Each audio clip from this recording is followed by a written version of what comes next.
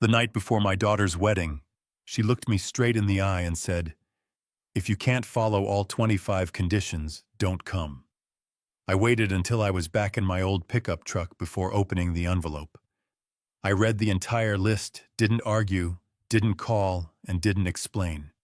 I simply booked the earliest flight to Maui, Hawaii.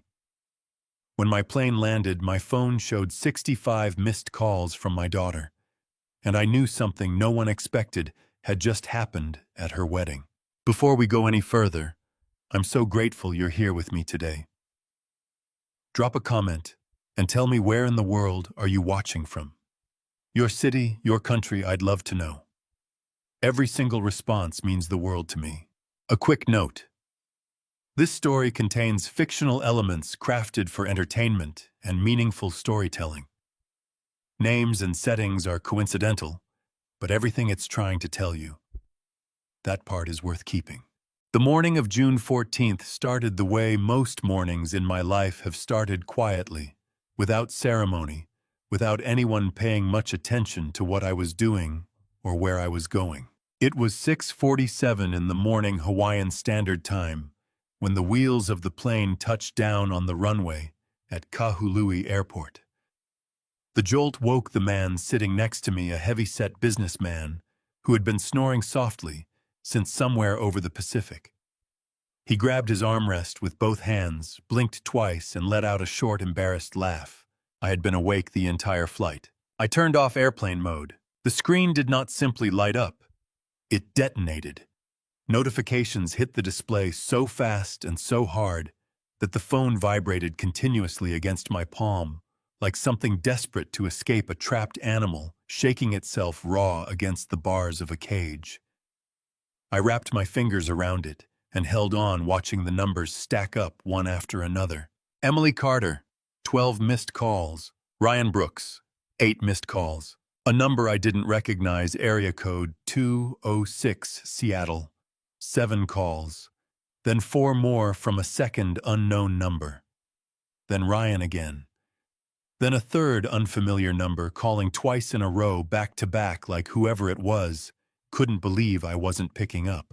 I counted the way I used to count measurements back in my engineering days, methodically, without rushing, because hurrying a count never once changed the number at the end. 65 missed calls, 93 minutes. The flight attendant, a young woman with the kind of tired professionalism that comes from too many red-eye shifts, leaned across the aisle and looked at me with genuine concern, pulling at the corners of her eyes. "Sir, are you feeling all right? You've gone a little pale." I looked up from the screen and gave her a steady smile. "I'm doing just fine," I said. "Thank you for checking." She held my gaze for a half-second longer than necessary, the way people do when they're not entirely convinced, then moved on down the aisle. I tucked the phone into the front pocket of my jacket, unclipped my seatbelt, and pulled my carry-on from the overhead bin.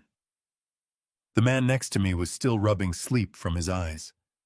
Around us, people were already jostling for position in the aisle elbows, out carry-ons swinging, that particular brand of airport aggression that emerges the moment a plane stops moving. I waited until the rush cleared, then walked off at my own pace. Outside the terminal, Hawaii came at me all at once, warm, salt air wrapping around my shoulders, like something welcoming, the smell of plumeria drifting from a garden. I couldn't locate the sun sitting low and golden over the West Maui Mountains, like it had been waiting there specifically for this moment. I stood on the arrivals curb with my roller bag beside me and breathed in slowly through my nose. A cab pulled forward.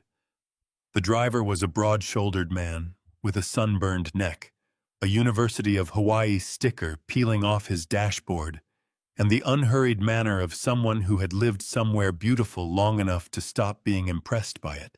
"Where to?" he said. "Maui Shores, South Kihei Road." "Good choice," he said, pulling into traffic without urgency. "Vacation." I looked out the window at the palm trees along the road, their fronds moving in a slow, easy rhythm against the blue sky. "Something like that," I said. He didn't push for more, which I appreciated. We drove in the comfortable quiet of two strangers who had nothing to prove to each other. The coastline opened up to my right, stretches of black lava rock, giving way to pale sand, and beyond that, the ocean so blue, it looked almost deliberate, like someone had chosen the color carefully. Margaret had wanted to come to Maui for 30 years. We had talked about it the way couples talk about things they keep meaning to do someday, when the timing works out, when things slow down a little. Then she got sick. Then she was gone. And I had kept finding reasons not to book the flight, right up until the February night I opened an email from my daughter and found 25 numbered items waiting for me. My phone buzzed again inside my jacket. I didn't take it out. The cab pulled up to the hotel. I checked in, changed into a lighter shirt, and carried my coffee down to the beach. The morning was still fresh, the sand barely touched a few joggers, a man throwing a tennis ball for a golden retriever, who kept overshooting it into the shallow water.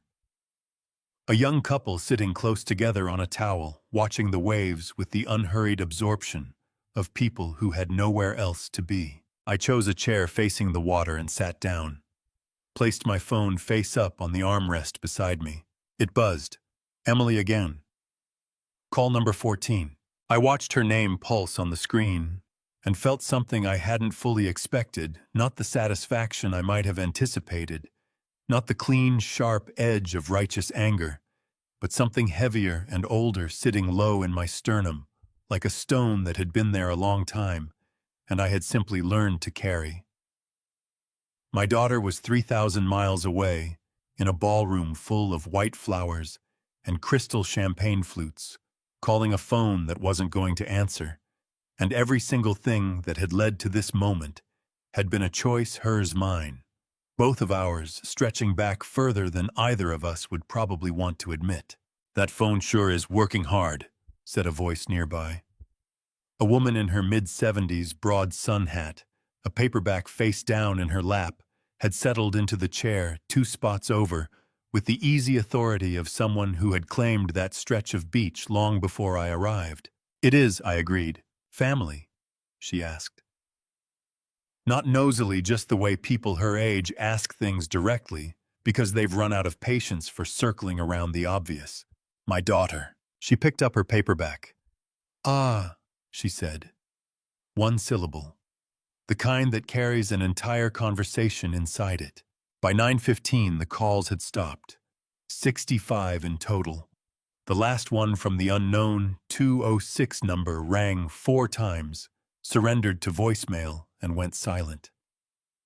The beach filled gradually with the sounds of a regular Tuesday morning, children laughing somewhere down the shoreline, a vendor setting up rental umbrellas, somebody on a balcony above playing guitar with more enthusiasm than skill. I picked up my phone one final time, looked at the screen, and pressed the power button until it went dark. "You know what the most powerful thing in the world is?" I said to the woman in the sun hat. Or maybe to Margaret. Or maybe just to the ocean, which had the decency not to have an opinion. The woman glanced over. "Tell me." I set the dark phone down on the armrest, knowing exactly what you're not going to do. She thought about that for a moment, then turned back to her book with the small nod of someone who had filed the information away for later. A wave rolled in and pulled slowly back. Somewhere behind me, the hotel was waking up. Somewhere ahead of me, the ocean went on without end. And somewhere back in Seattle, in a ballroom that had cost more money than most people earn in a decade, something had already gone catastrophically, irreversibly wrong. I was the only person alive who had watched every piece of it fall into place. Watching the pieces fall into place doesn't happen in a single dramatic moment.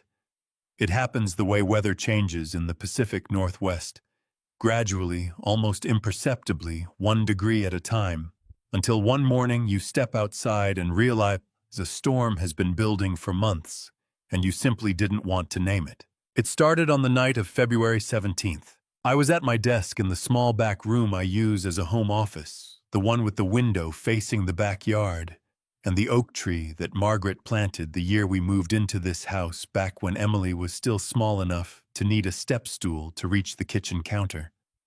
It was close to 11 at night.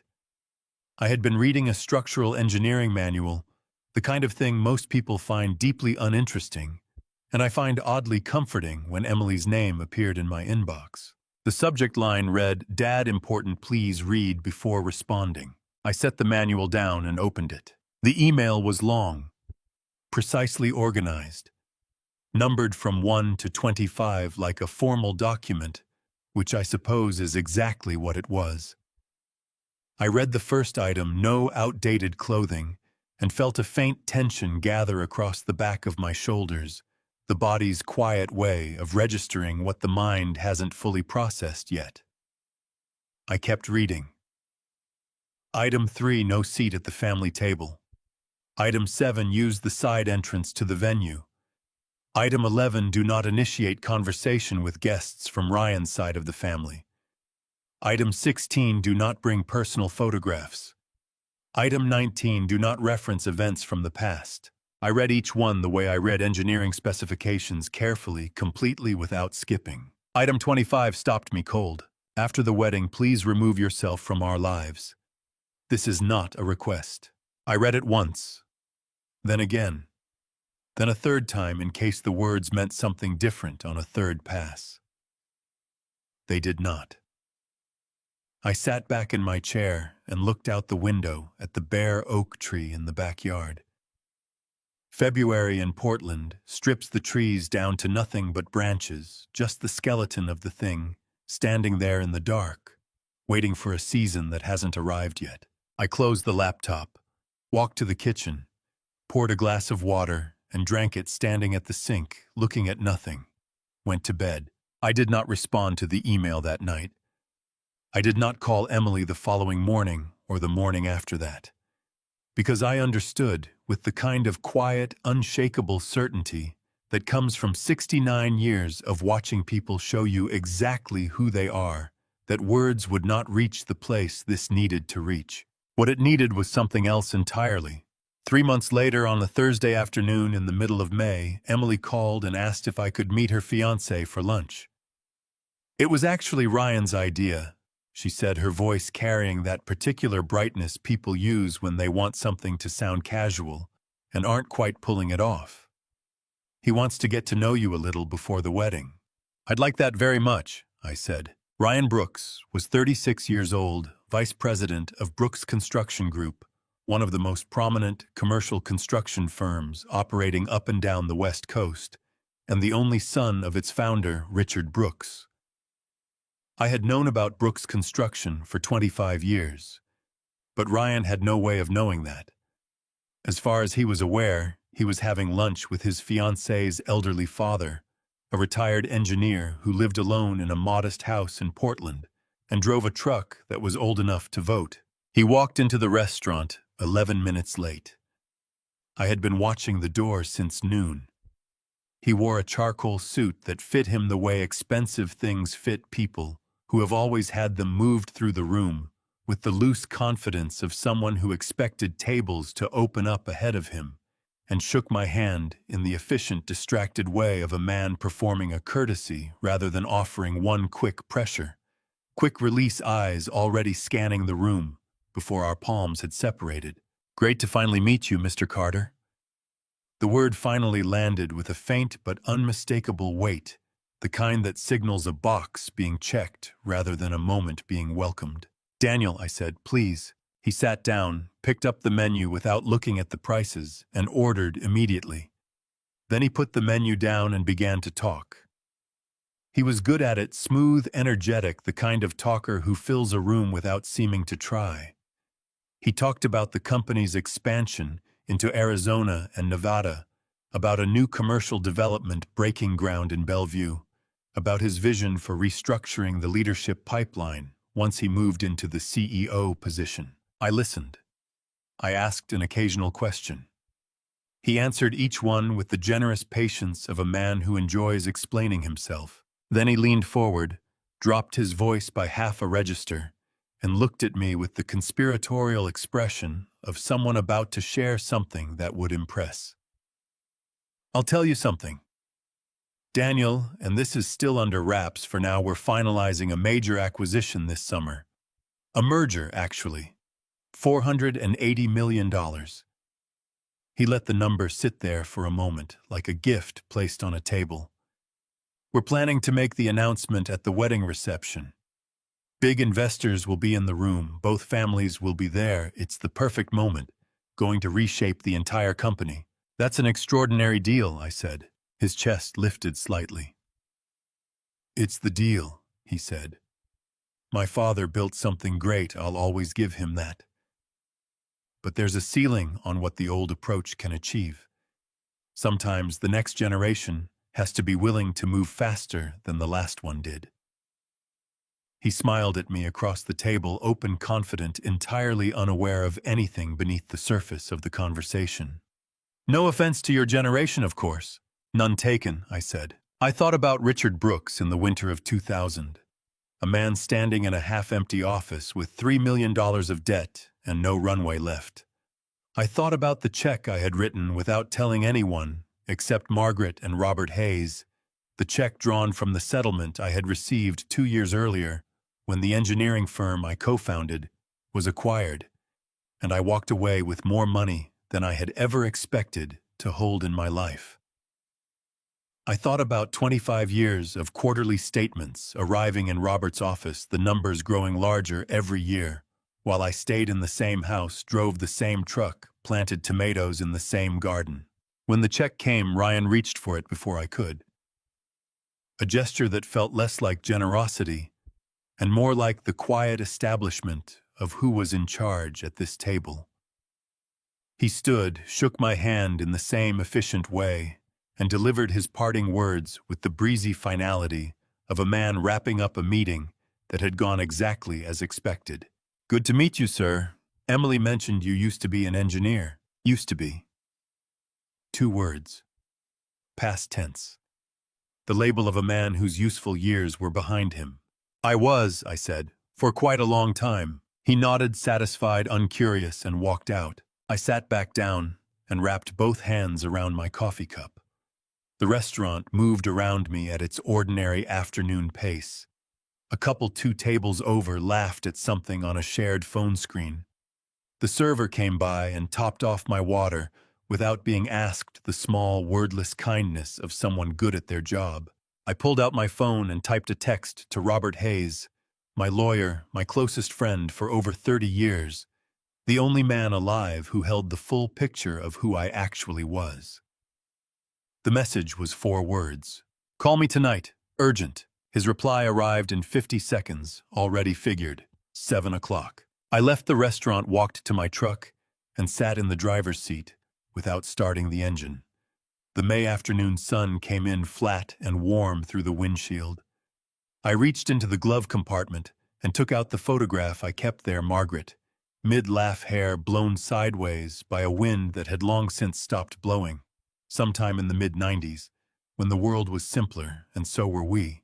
"He called me used to be," I told her. I could almost hear her laughing back at me from across whatever distance separates the living from the dead. I put the photograph away, turned the key in the ignition, and sat for a moment longer. Margaret used to ask me why I kept the old truck, why I stayed in the same house, why I never moved somewhere larger or newer after the money came. The answer was always the same, because the man I wanted to be had nothing to prove to anyone. I drove home to make the call that would set everything in motion. Robert Hayes picked up on the first ring. "I've been waiting for this call since February," he said, skipping the hello entirely the way he always did when something serious was already in motion. Robert had been my lawyer for 31 years. And my closest friend for longer than that, the kind of man who answered the phone at 7 in the evening with the same focused attention he gave a deposition at 9 in the morning. "You read the email?" "I read the email," I said. "All 25 items, every single one." I heard him exhale, not dramatically, just the quiet release of a man confirming something he had already suspected. "Daniel," he said carefully, "what do you want to do?" I was sitting at my kitchen table with a cup of coffee gone cold in front of me. Outside the window, the oak tree in the backyard stood perfectly still in the evening air. I had been thinking about this question since the moment I closed the laptop 3 months ago. And I had arrived at the answer the same way I arrived at most important answers in my life, not through anger, not through impulse, but through a long patient period of sitting very quietly with an uncomfortable truth until I knew it well enough to act on it. "Ryan told me something at lunch today," I said. "Something he shouldn't have told a retired engineer who drives an old truck and doesn't matter." Robert caught on instantly. I could hear the shift in his attention through the phone, the slight straightening that happens when a good lawyer realizes a conversation has just become significant. "Tell me," he said. I laid it out for him, and the merger, the $480 million, the plan to announce it at the wedding reception in front of investors and family alike. I told him about the way Ryan had leaned forward like a man sharing classified information with someone too unimportant to be a threat. I told him about the word "finally" in the handshake and used to be in the goodbye. Robert didn't say anything for a long moment. When he spoke again, his voice had dropped a register. "Daniel, you have 23.7% of that company. If you file a formal objection through my office, you can legally freeze the merger vote. They cannot proceed without majority shareholder approval, and with your stake, you have more than enough leverage to force a delay." "I know," I said. "You've always known." "Yes, so the question isn't whether you can do it," Robert said slowly. "The question is whether you want to do it on the morning of your daughter's wedding while you're sitting on a beach in Hawaii." "Maui specifically," I said. Robert let out a short, sharp laugh, the kind that isn't entirely comfortable. "You've already booked the flight. 2 days ago. Lord Daniel." I heard the leather of his chair creak as he leaned back. "You want the freeze order to hit at 10 o'clock, 1 hour after the ceremony starts. I want them to have absolutely no time to scramble," I said. "I want the investors to be standing in the lobby. I want the flowers to be fresh. And I want Emily to find out who her father actually is in the same hour that she finds out her wedding reception is falling apart." The line went quiet for a beat, not hesitation, just Robert processing the full architecture of what I was describing. Then he said, "There are 2 letters." "Yes, one for Emily." "1 sentence," I said. "She'll understand it." "And one for Richard Brooks." "That one needs to be formal," I said. "Professional. It goes through your office. It arrives at the venue by courier at 9:55, 5 minutes before the freeze kicks in. Richard needs to see it before his team does." "What do you want it to say?" I looked out at the oak tree. Margaret had planted it with a hand trowel the weekend after we moved in 32 years ago. Emily had been 4 years old and spent the whole afternoon trying to help by patting the dirt with a plastic spade. I had forgotten that until just now, and the memory hit me somewhere behind the sternum with a quiet, specific pain that I hadn't been expecting. "Tell Richard that the freeze is not personal," I said. "Tell him I have respected what he built for 25 years. Tell him I will be in contact when I return." I paused. "And sign it with my full name. No more Robert Hayes, LLC, Daniel Carter. Let them figure out the rest." "They will figure it out very fast," Robert said.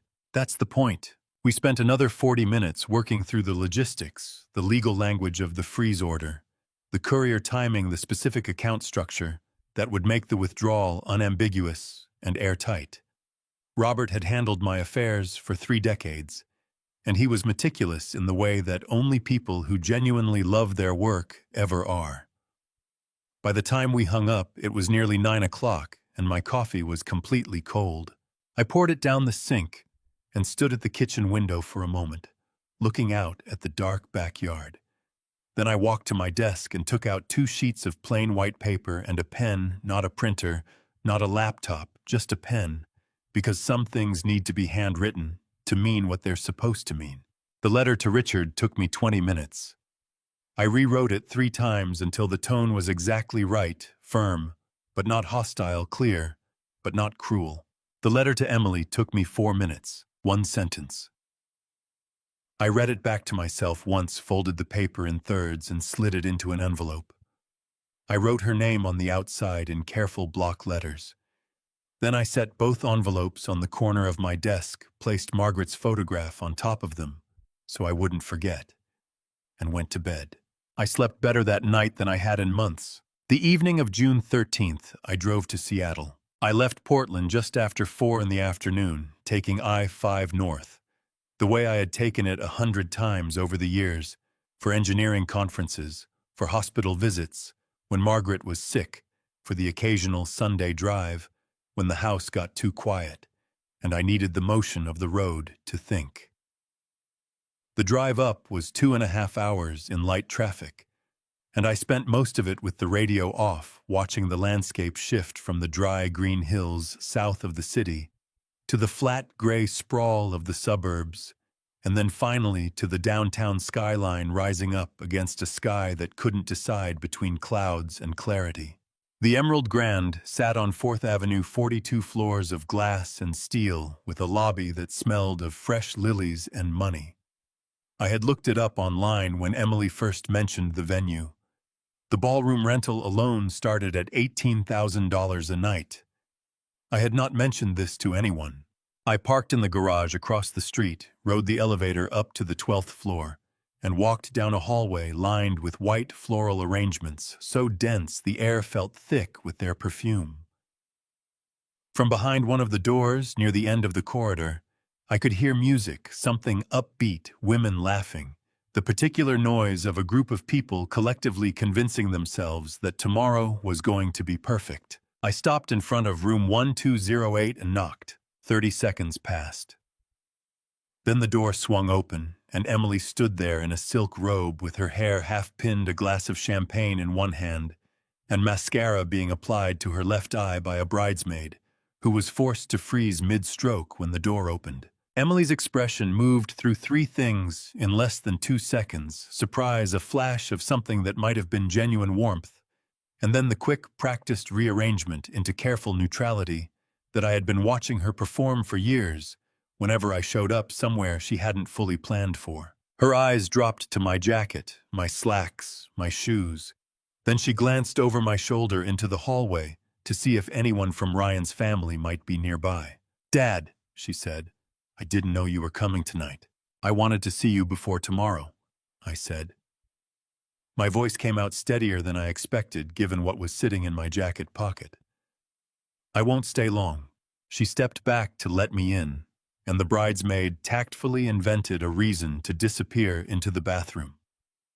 The room was spectacular in the way that expensive things are spectacular: high ceilings, an enormous arrangement of white peonies on the central table, Emily's wedding gown hanging in its garment bag against the wardrobe like a ghost of tomorrow morning, champagne bottles sweating gently in their ice buckets, the kind of room that had been built to make people feel like their lives were cinematic. I reached into my jacket pocket and took out a small velvet box, the kind that jewelers use, navy blue, worn soft at the corners from years of being handled. I held it out to Emily. She looked at it, without taking it immediately, the way people look at things they can't quite categorize. "What is this?" "Open it." She set her champagne glass down on the vanity and took the box with both hands. When she lifted the lid, her breath caught a sharp, involuntary intake that she couldn't have controlled if she'd tried. Inside, on a bed of white satin, lay a delicate gold chain with a small oval locket that she had seen around her mother's neck every single day of her childhood. "Dad." Her voice cracked on the single syllable, and she pressed her lips together hard, fighting something that was trying to come up from somewhere deep. Her eyes went glassy and bright all at once. "This was Mom's. She told me to give it to you on your wedding day," I said. "I've been holding on to it for 8 years. Emily looked down at the locket in her hands, and for a moment, just a moment, she was not the woman who had written 25 numbered conditions on a February night. She was the girl who used to reach up and touch that locket when Margaret held her close, the small fingers wrapping around gold that they associated with safety and warmth and being completely loved. Her chin trembled once before she got control of it, and she blinked fast several times like someone trying to clear water from their eyes. "Thank you," she said quietly. Her voice had gone thin and unsteady in a way I hadn't heard in years. I thank you, Dad. I nodded once. Then I reached into my other jacket pocket and took out 2 envelopes. I placed them carefully on the corner of the vanity table, one with Emily's name on it. In my handwriting, one with Richard Brooks printed neatly across the front. The one for Mr. Brooks is a personal note, I said, keeping my voice easy and unhurried. A separate matter from anything business-related, just something I wanted him to have from me directly in my own hand. Would you mind passing it along to him tomorrow, before the ceremony starts, if possible? The formal correspondence will find him through other channels. Emily wiped quickly at the corner of one eye with the back of her wrist, the gesture of someone who has just remembered they're wearing mascara. She looked at the 2 envelopes, then back at me. Of course, she said. The other one is for you, I said. Don't open it tonight. Save it for after. Something shifted in her face, not suspicion exactly, more like the unconscious registering of a weight in a conversation that she couldn't quite locate. After the ceremony. After, I said. There's no rush. I picked up her champagne glass from the vanity, held it out to her. And when she took it, I put my other hand briefly over hers, just for a second. The kind of contact that says something that doesn't have words. Her fingers were cold from the glass. I could feel her pulse jumping lightly against the back of my hand. You're going to be beautiful tomorrow, I said. Her eyes filled up again completely, and this time she couldn't blink it back fast enough. A single tear broke loose and ran down her cheek, and she laughed a little at herself for letting it, the broken, half-embarrassed laugh of someone caught feeling more than they intended to. Dad, you're going to make me redo my makeup. I'll let you get back to it, I said. I turned and walked to the door. My hand found the handle cool and solid under my palm. Behind me, I could hear Emily setting her glass down, the soft sound of the velvet box being closed, the bridesmaid reappearing from the bathroom with carefully staged obliviousness. I opened the door and stepped into the hallway without looking back. The corridor was empty in both directions. The floral arrangements stood in their perfect white rows, filling the air with their heavy sweetness. I walked to the elevator, pressed the button, and stood watching the numbers descend. My chest felt like something had been removed from it, not painfully, just the hollow echoing sensation of a space where something used to be and wasn't anymore. The elevator arrived. I stepped in. The doors closed. In less than 12 hours, Emily would open that envelope, and everything she thought she knew about her father, about who he was, what he was worth. What she had thrown away would change in the time it took to read a single sentence. I pressed the button for the garage level and watched the floor numbers count down in the small lit panel above the doors. I did not look back up at the 12th floor as I drove out of the garage and pointed my truck south toward home. I was at Portland International by 5 o'clock in the morning. The terminal was half empty at that hour, the particular quiet of a building designed for crowds that hasn't filled up yet, all that space and light and purpose waiting for the day to catch up with it. I checked my single bag, passed through security, and found a seat near my gate with a cup of coffee and nothing left to do but wait. I had set my alarm for 4:15. I did not need it. I had been lying in the dark since 3:47, watching the ceiling and listening to the house settle around me the way old houses do. The small creaks and shifts of wood that I had learned to read, the way sailors read weather. Each sound a piece of information about a structure I knew better than any other on earth. Margaret used to say that house talked to us. I believe she was right. My flight boarded at 5:50. I was in seat 2, a window left side, the Pacific stretching out below once we cleared the coast. The woman in 2B was a young attorney from the look of her briefcase and the thickness of the documents she spread across her tray table within 30 seconds of sitting down. She glanced at me once, assessed correctly that I was not going to make conversation, and went back to her work. I appreciated that about strangers on airplanes. The temporary wordless agreement to simply coexist. Somewhere over the Pacific, my phone showed 9 o'clock. 9 o'clock in Portland meant 9 o'clock in Seattle, same time zone 200 miles apart. And at this exact moment in the ballroom of the Emerald Grand on 4th Avenue, a string quartet would be playing something tasteful while 200 guests found their seats. And Emily walked down an aisle covered in white rose petals that cost, if I remembered the invoice correctly, $1,100. I turned the thought over in my mind carefully, the way you handle something fragile. Not with bitterness, not with satisfaction. Just the plain, unflinching acknowledgement of what was happening and what was about to happen, separated by exactly 60 minutes. The flight attendant stopped by my row. "Can I get you anything, sir?" "Just water," I said. "Thank you." She poured it and moved on. I held the cold plastic cup in both hands and looked out the window at the ocean, 30,000 feet below, an endless blue-gray expanse that had no opinion about weddings or mergers or fathers who drove old trucks and kept secrets for 25 years. I thought about Robert. At this moment, he would be sitting in his office on the 14th floor of his building on SW 5th Avenue in Portland, drinking the same dark roast he had been drinking every morning since 1987, watching the clock with the focused patience of a man who had spent 3 decades making sure things happened at precisely the right moment. The freeze order was already drafted, signed, and loaded in his system, a formal shareholder notification prepared under Delaware corporate law, which governed Brooks Construction Group's legal structure. All it required was the clock to reach 10. Under Delaware law, a shareholder holding more than 10% of a company's outstanding stock has the legal right to formally object to and demand postponement of any major transaction, including a merger or acquisition, pending a proper shareholder vote with adequate notice. My 23.7% gave me more than enough standing. The notice Robert would send at 10 o'clock would go simultaneously to the company's registered legal counsel, its board secretary, and directly to Richard Brooks as chairman.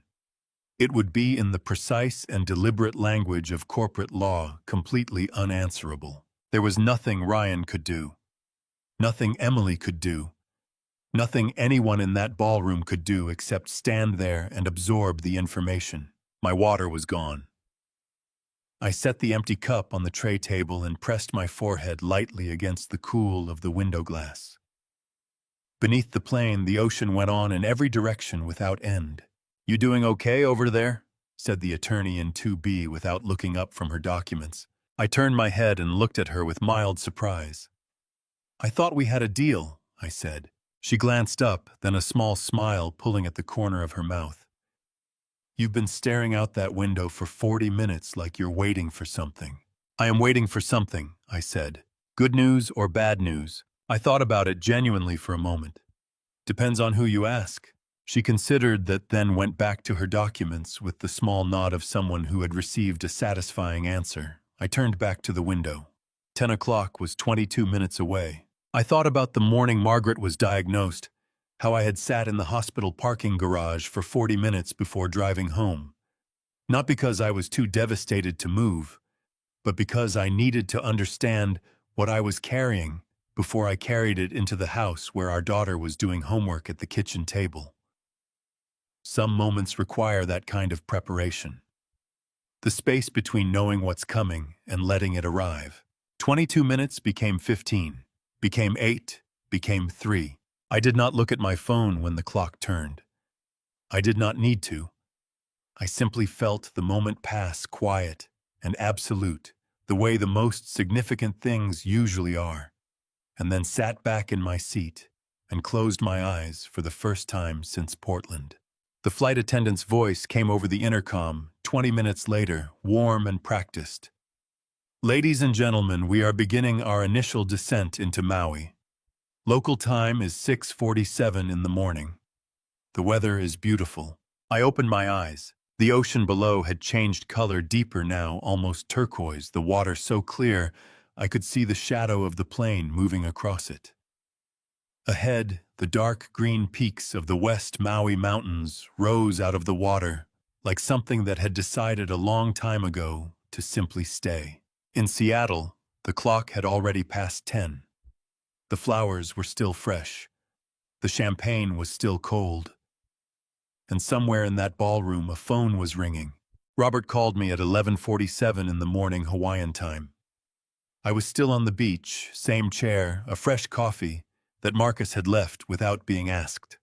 The woman in the sun hat, long gone and replaced by a family with 3 children, who were conducting what appeared to be a very serious architectural project involving wet sand and increasing structural ambition.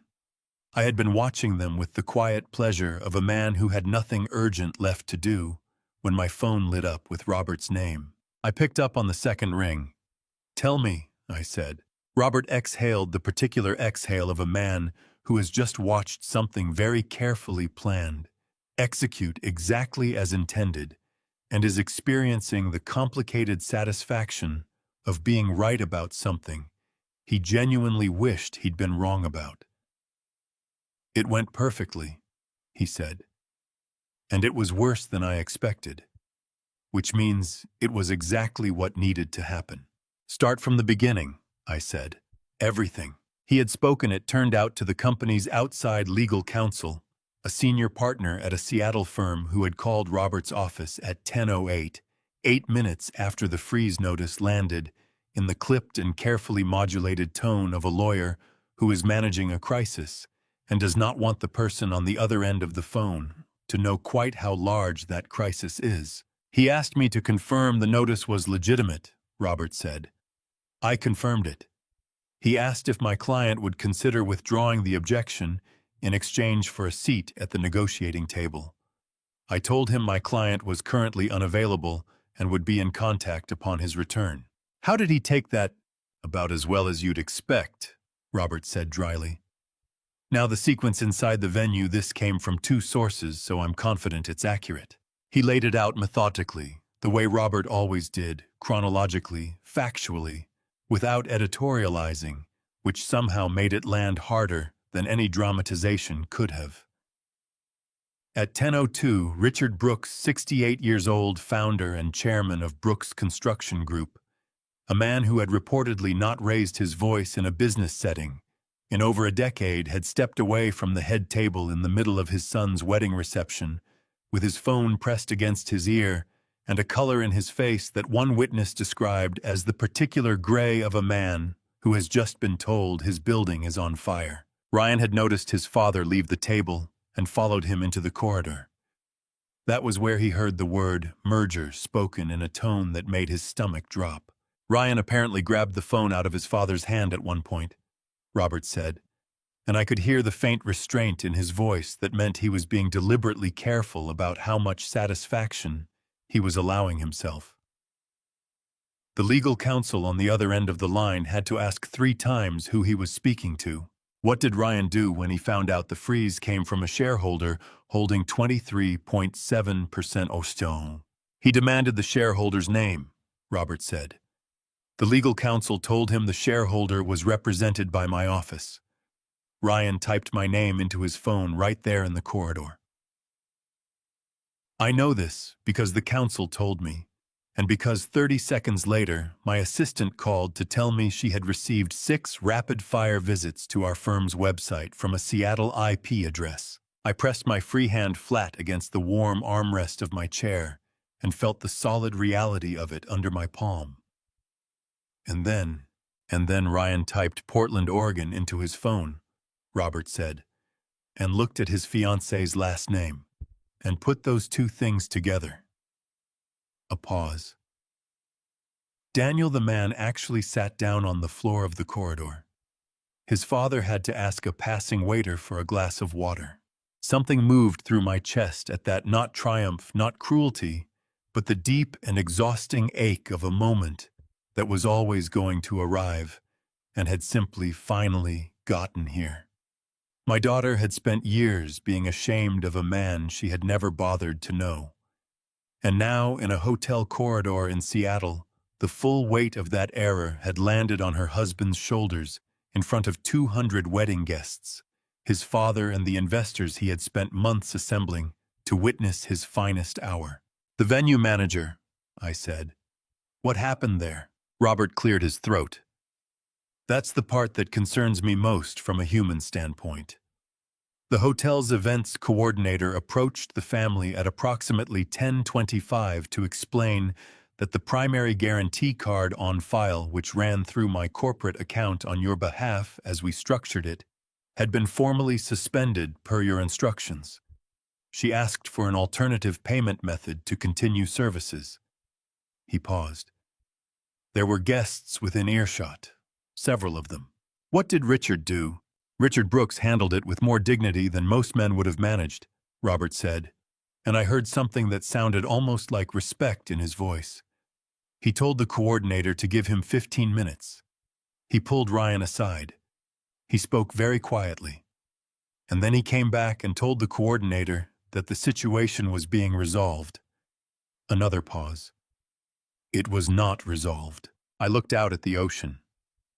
One of the children building the sand structure had just watched a wave take out a corner of their work and was staring at the damage with the stunned expression of someone encountering real loss for the first time. His older sister immediately dropped to her knees and started rebuilding, patting the wet sand back into shape with focused, unhesitating hands. "The guests from Ryan's side," I said. "The investors." "6 of them," Robert confirmed. All present when the coordinator made the second approach at 10:40. At that point, services were formally suspended pending payment.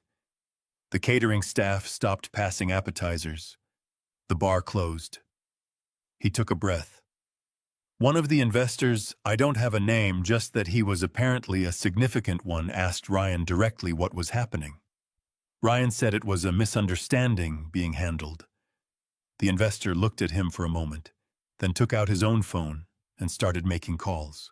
The weight of it settled over me like something physical, heavy and specific, and exactly as large as it needed to be. Ryan had spent months building toward this moment. The perfect venue, the perfect announcement, the perfect audience. And in the span of 40 minutes, every single piece of it had come undone, not dramatically, not with shouting or accusations, but in the quiet, merciless way that real disasters unfold, one unavoidable domino at a time. "Robert," I said. "Emily, when did she find out?" His voice shifted something in it, gentling slightly, in the way it did when he was about to say something he knew would cost me. "That," he said carefully, "is the part I think you need to hear from someone else." "But Daniel," she found the envelope.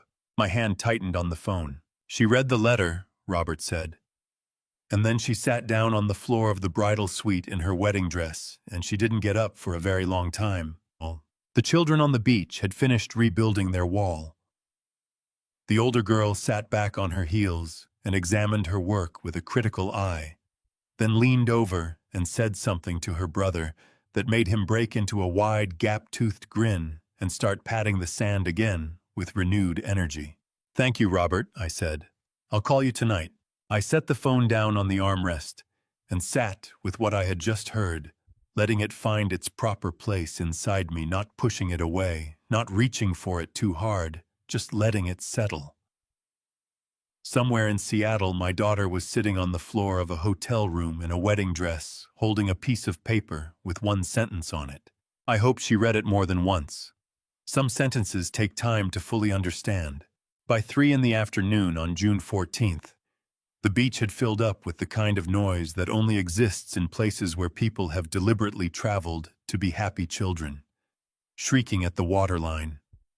A group of college kids arguing cheerfully about whether a wave counted as rideable someone's portable speaker, playing something with a bass line that carried across the sand like a second heartbeat. Marcus came by with a fresh coffee without being asked. He set it down on the side table, looked at my phone, which had been lighting up every few minutes since noon, and tilted his head with the careful curiosity of someone deciding whether to ask. "Same calls," he said. "Different numbers now," I said. "Same general theme." He dropped into the empty chair beside mine with the easy familiarity of someone who had decided we were past formalities. You know you don't have to answer just because it keeps ringing. I know, I said. But you're thinking about it. I looked at him. He was maybe 25 with the kind of unhurried confidence that comes from spending your working hours somewhere beautiful. My daughter, I said. She's been calling since this morning. Marcus leaned forward and rested his elbows on his knees, interested in the way young people are interested when they sense a real story. What happened? Her wedding was today, I said. I wasn't there. His eyebrows went up slowly. By choice. Very much by choice. He processed that for a moment, turning it over. She know that before this morning, she had some idea, I said. Not the full picture. Marcus whistled low. That's a lot of phone calls for someone who had some idea. My phone lit up again. Emily. Number 22. I looked at it, then looked at Marcus, then picked it up. He straightened immediately. You want me to? I held up one hand and pressed the green button. Emily's voice came through so loud and so raw that I had to hold the phone an inch from my ear. She wasn't crying, she was past crying. She was in that place beyond tears where the voice goes tight and flat and every word costs something. Dad. One word. Loaded like a freight train. Where are you? I'm in Maui, I said. I've been here since this morning. A sharp inhale. You planned this. You planned all of it. Her voice cracked on the last word, the tightness finally giving way. And what came through the fracture was not anger, but something raw and younger. The sound of someone who had just understood something that changed the shape of everything they thought they knew. The freeze order, the letter, Robert Hayes. You set all of this up. Yes, I said. Why? The word came out broken in the middle, split open by the weight of it. Dad, why would you do this to me today of all days? Why? I kept my voice level, not cold level. There is a difference, and it matters. Emily, I want you to do something for me. I want you to pick up the envelope I left on your vanity table and read the letter inside. I already read it. Her breath was coming in uneven bursts now, like someone trying to run and talk at the same time. I've read it 6 times. I don't understand what it means. Yes, you do, I said quietly. You understand it exactly. You just don't want to. A long, jagged silence on her end. The kind that isn't quiet at all, but full of something struggling to find its shape. Then she said in a voice so small, it barely made it through the connection. He's calling me. Ryan keeps calling. His parents are dead. His father is asking questions that I don't know how to answer. Then answer them honestly, I said. That's all you've ever had to do. You don't understand what you've done.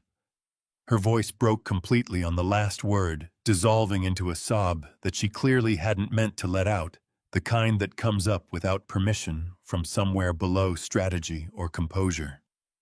You've ruined everything. Everything I built, everything I worked for, Emily. My voice came out firmer than I intended, and I felt Marcus beside me go very still. Everything you built was built on something I paid for. That's not an accusation. That's just the truth. And you have always deserved to know the truth about your father. Dead air. Then the sound of her breathing, unsteady and ragged, working to find its rhythm. I have to go, she finally said. Her voice was barely above a whisper, scraped raw. Ryan needs me. I know, I said. Emily, I love you. That has not changed. That will not change, but I needed you to know who I am. The call ended. I held the phone in both hands for a moment, feeling the weight of it, light, impossibly light, for something that had just carried that much. Marcus had not moved. He was looking at me with wide eyes and the expression of someone who had underestimated what they were sitting next to. Sir, he said slowly, what exactly do you do? I set the phone down on the armrest. I used to be an engineer, I said. He stared at me for a long beat. Used to be, he repeated. That's what my son-in-law thought too, I said. Marcus looked out at the ocean, then back at me, then let out a breath that was halfway to a laugh. You want another coffee? I think I've earned one, I said. He stood up, shaking his head slowly, with the awed disbelief of someone who had just watched a very quiet person do something very large. I'll be right back, he said. I leaned back in my chair, tilted my face up toward the sun, and let the warmth press against my closed eyelids. The phone on the armrest stayed dark. The ocean kept going. And somewhere 3,000 miles away, my daughter was sitting in the wreckage of a day she had spent months building, holding a letter with one sentence on it, learning for the first time what it costs to spend a lifetime looking at someone without ever actually seeing them. Sunday evening, June 15th, I called Robert at 7 o'clock. He picked up before the second ring. I've been watching my phone since noon, he said, skipping any greeting the way he always did when a situation had moved past the stage where pleasantries were useful. How are you holding up? I'm fine, I said. Talk to me. Ryan moved fast, Robert said. Faster than I expected, honestly. He had a forensic financial investigation firm on retainer by Thursday afternoon. That's the same day as the wedding, Daniel. Before the reception, flowers were even cleaned up. I felt my jaw tighten. Which firm? Meridian Investigative Group out of Seattle. They specialize in corporate asset tracing, shareholder fraud detection, undisclosed financial relationships, the kind of work you hire when you're trying to find something that someone has deliberately hidden. A pause. He gave them everything. Your name, my name, the shell company structure, the original purchase date, every proxy vote I've cast on your behalf for 25 years. He told them to find anything tax irregularities undisclosed, conflicts of interest, improper influence on board decisions, anything that could be used to challenge the legitimacy of your shareholding. And I said, Robert let out a slow breath that carried something in it. Not relief, exactly, but the deep satisfaction of a man who had spent 30 years building something specifically to withstand this kind of pressure and was now watching it hold. They finished the preliminary report Friday evening. Full report delivered Saturday morning. He paused for effect in a way that told me he had been waiting to deliver this line. Daniel, their conclusion was 4 words: legally impenetrable, no vulnerabilities. Something unwound slightly in my shoulders. Walk me through it. Happily, Robert said, and I could hear the precision in his voice sharpening the voice he used in depositions when he knew exactly where every answer was going to land. The original purchase in 2000 was structured through Carter Technical Holdings, LLC, a legitimate Delaware corporation, with full documentation, proper capitalization, and clean tax filings going back 25 years. Every proxy vote I cast was properly authorized under the LLC operating agreement. Every SEC reporting threshold was met on time, including the 13D filing we did when you crossed 5% back in 2003. There is not a single transaction in 25 years that was late, improperly documented, or outside the boundaries of federal securities law. What about the freeze order? I said. Can they challenge it on procedural grounds? They tried, Robert said. Their legal team sent my office a 12-page letter Saturday arguing the notice was procedurally defective. I sent back a 4-page response referencing Delaware Code Section 242 and the company's own bylaws. He paused. They haven't replied. I stood up from the chair on my hotel balcony and walked to the railing. Looking out at the ocean, darkening in the evening light, the water shifting from turquoise to deep navy as the sun dropped toward the horizon. How did Ryan take the report? Badly, Robert said with the restrained candor of someone who was choosing their words carefully but wanted me to understand the full picture. My contact at the company's outside counsel told me Ryan called their managing partner directly on Saturday morning before 9 o'clock and asked whether there was any legal pathway to have your shares declared invalid on the grounds of undisclosed influence. Robert's voice dropped half a register. The managing partner told him no. Ryan apparently threw something against the wall of his office. A coffee mug, by one account. I rubbed the back of my neck slowly. And Emily has not engaged with my office directly, Robert said. But I understand from the same contact that she and Ryan spent most of Saturday in separate rooms of the apartment they share, which is not a promising sign for a couple who got married approximately 19 hours earlier. He hesitated. Daniel, I have to tell you something, and I want you to hear it as information rather than as judgment. Go ahead. Ryan is not finished. Robert said, his voice taking on the particular gravity he reserved for things he needed me to take seriously. The investigation came up empty, which means his next move will be something different. A man like Ryan, someone who has defined himself entirely by his ability to win, does not absorb a loss of this size and walk away. He is going to escalate. I don't know yet what form that takes, but I want you prepared. I gripped the balcony railing with both hands, feeling the cool metal under my palms. What's your read on the escalation? Could be legal, Robert said. A lawsuit alleging tortious interference with the merger. That's the legal term for deliberately and wrongfully disrupting a business deal.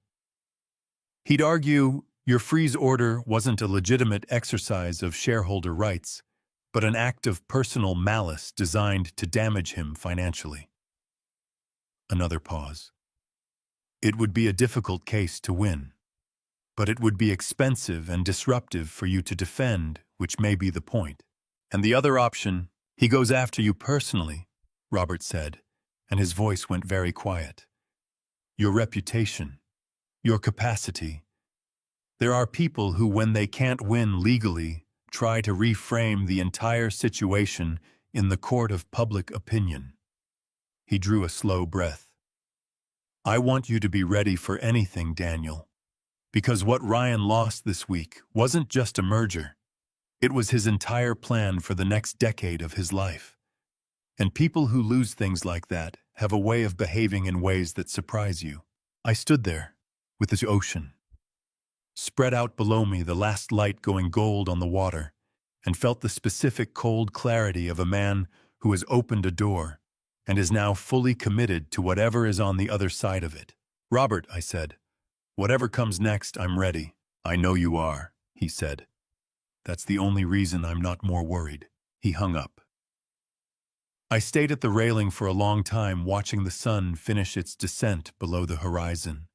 The sky going from gold to copper to deep red, burning out slowly and completely, the way things do when they have used up everything they have. Somewhere in Seattle, Ryan Brooks was planning his next move. I intended to be several steps ahead of him when he made it. Before I tell you what Emily did next, something that genuinely shocked me, I need to know you're still here. Drop the number 9 in the comments right now. That's all. Just a 9. Because what's coming next is the moment everything stopped being private. A small note. The story ahead contains some fictional elements built for meaningful storytelling. If that's not for you, this is a perfectly good place to stop. No hard feelings. She filed the petition 10 days ago. I only found out this morning. She used a firm in Multnomah County that I don't have a relationship with, which means my usual channels didn't catch it early. I had been awake since 5 the way I always was, sitting at the small table by the window with my first coffee of the day and the morning light coming in flat and pale off the water. I turned the TV on out of habit. More than interest, I had been avoiding news for the past 10 days, the way you avoid touching a bruise you already know is there. But something made me stop on a Seattle affiliate, and there she was. Emily had chosen a pale blue dress, the kind that photographs well under studio lighting, soft and unthreatening, the visual language of someone who wants to be seen as reasonable. Her hair was down. Her hands were folded in her lap. She had been crying recently enough that her eyes still carried it, but the tears themselves had been carefully managed, leaving behind just enough redness to read as grief without crossing into hysteria. The chyron at the bottom of the screen read, "Daughter seeks guardianship of father following erratic financial behavior." I set my coffee cup down with a click that was sharper than I intended. On screen, Emily leaned slightly toward the interviewer and spoke in a voice that was measured and trembling in exactly the right proportions. "My father is 69 years old," she said. "He lives alone. He has no support system around him, and in the past several weeks, he has made a series of financial decisions that are deeply out-of-character decisions that have caused significant harm to people I love." Her voice broke on the word love with the precision of someone who had rehearsed the break. "I'm not doing this out of anger. I'm doing this because I'm scared for him, because I love my father, and I don't recognize the man he's become." My jaw tightened so hard I felt it in my back teeth. I picked up my phone and called Robert before the segment had even finished. He answered immediately. "I'm watching it," he said, his voice carrying the particular controlled tension of a lawyer who is furious and refusing to show it. "Don't say anything you'll regret. Let me talk first." "Talk fast," I said. "She filed the petition 8 days ago in Multnomah County. She used a firm in Bellevue that coordinated with a Portland associate. I don't have a relationship with, which means my usual channels didn't catch it early. The petition alleges diminished cognitive capacity based on the pattern of your recent financial decisions, specifically the freeze order, the withdrawal of the wedding venue guarantee, and what she's characterizing as a sudden and unexplained disappearance to Hawaii." I stood up from the table and walked to the window, pressing my free hand flat against the glass. Outside, the ocean was the same impossible blue it had been every morning. It had no opinion about any of this. "Robert," I said, "can she win?" "Not easily," he said, and I heard him pulling documents, the sound of paper moving across a desk. "To establish guardianship in Washington state, she needs to demonstrate to the court's satisfaction that you lack the capacity to manage your own affairs. That means a clinical evaluation, typically by a court-appointed psychiatrist, not just her testimony. The financial decisions she's citing are not evidence of diminished capacity. They are evidence of deliberate, legally executed decisions made through proper channels." "But it buys them time," I said. "Yes," Robert said, and his voice went flat with the weight of that single syllable. "If the court agrees to even open the proceeding, it creates a period of legal uncertainty during which your ability to exercise shareholder rights could be challenged in parallel litigation. It's not about winning. It's about slowing you down long enough for Ryan to find another angle." On the television across the room, Emily was still talking.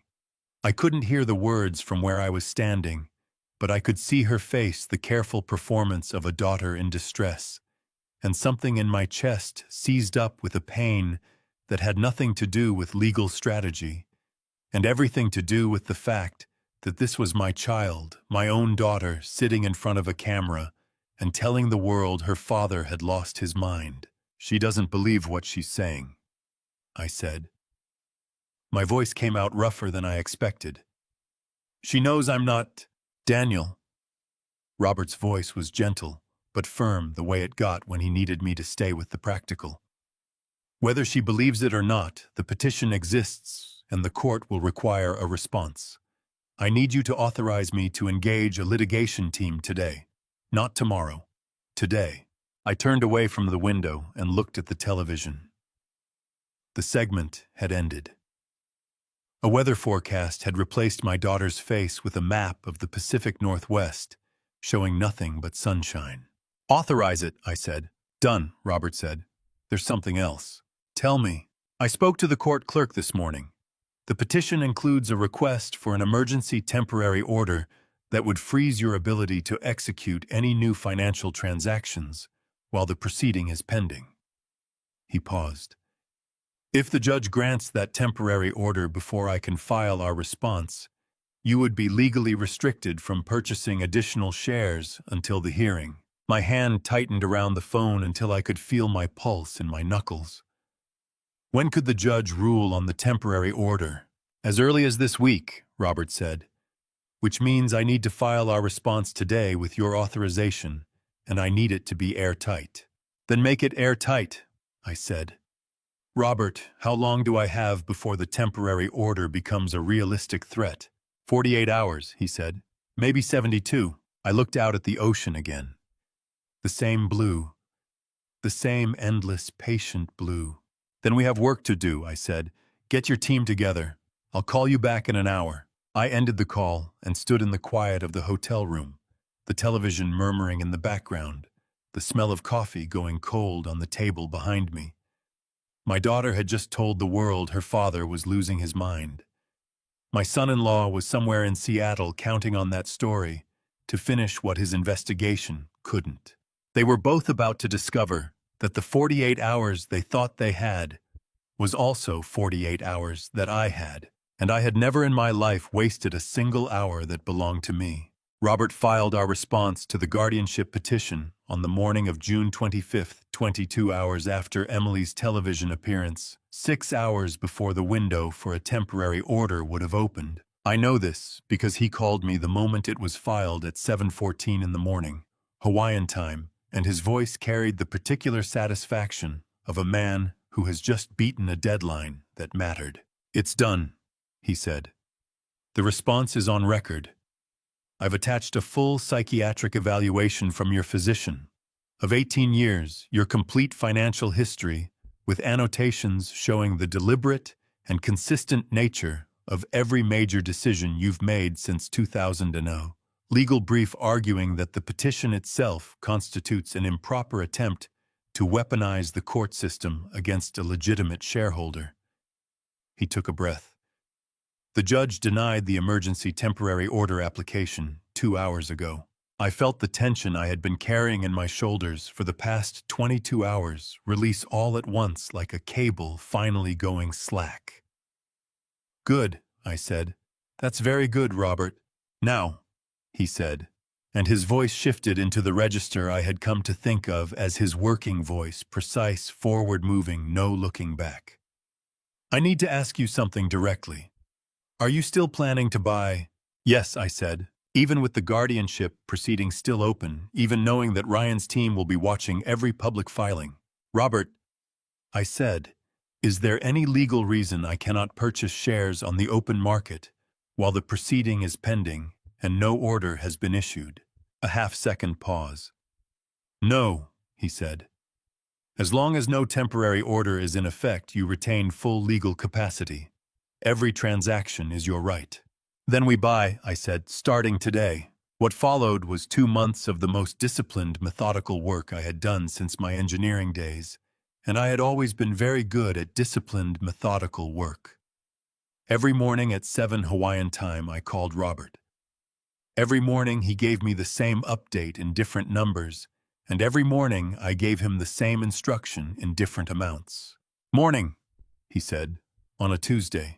In early July, the sound of his office coming alive in the background, coffee being poured, his assistant's voice in the outer room.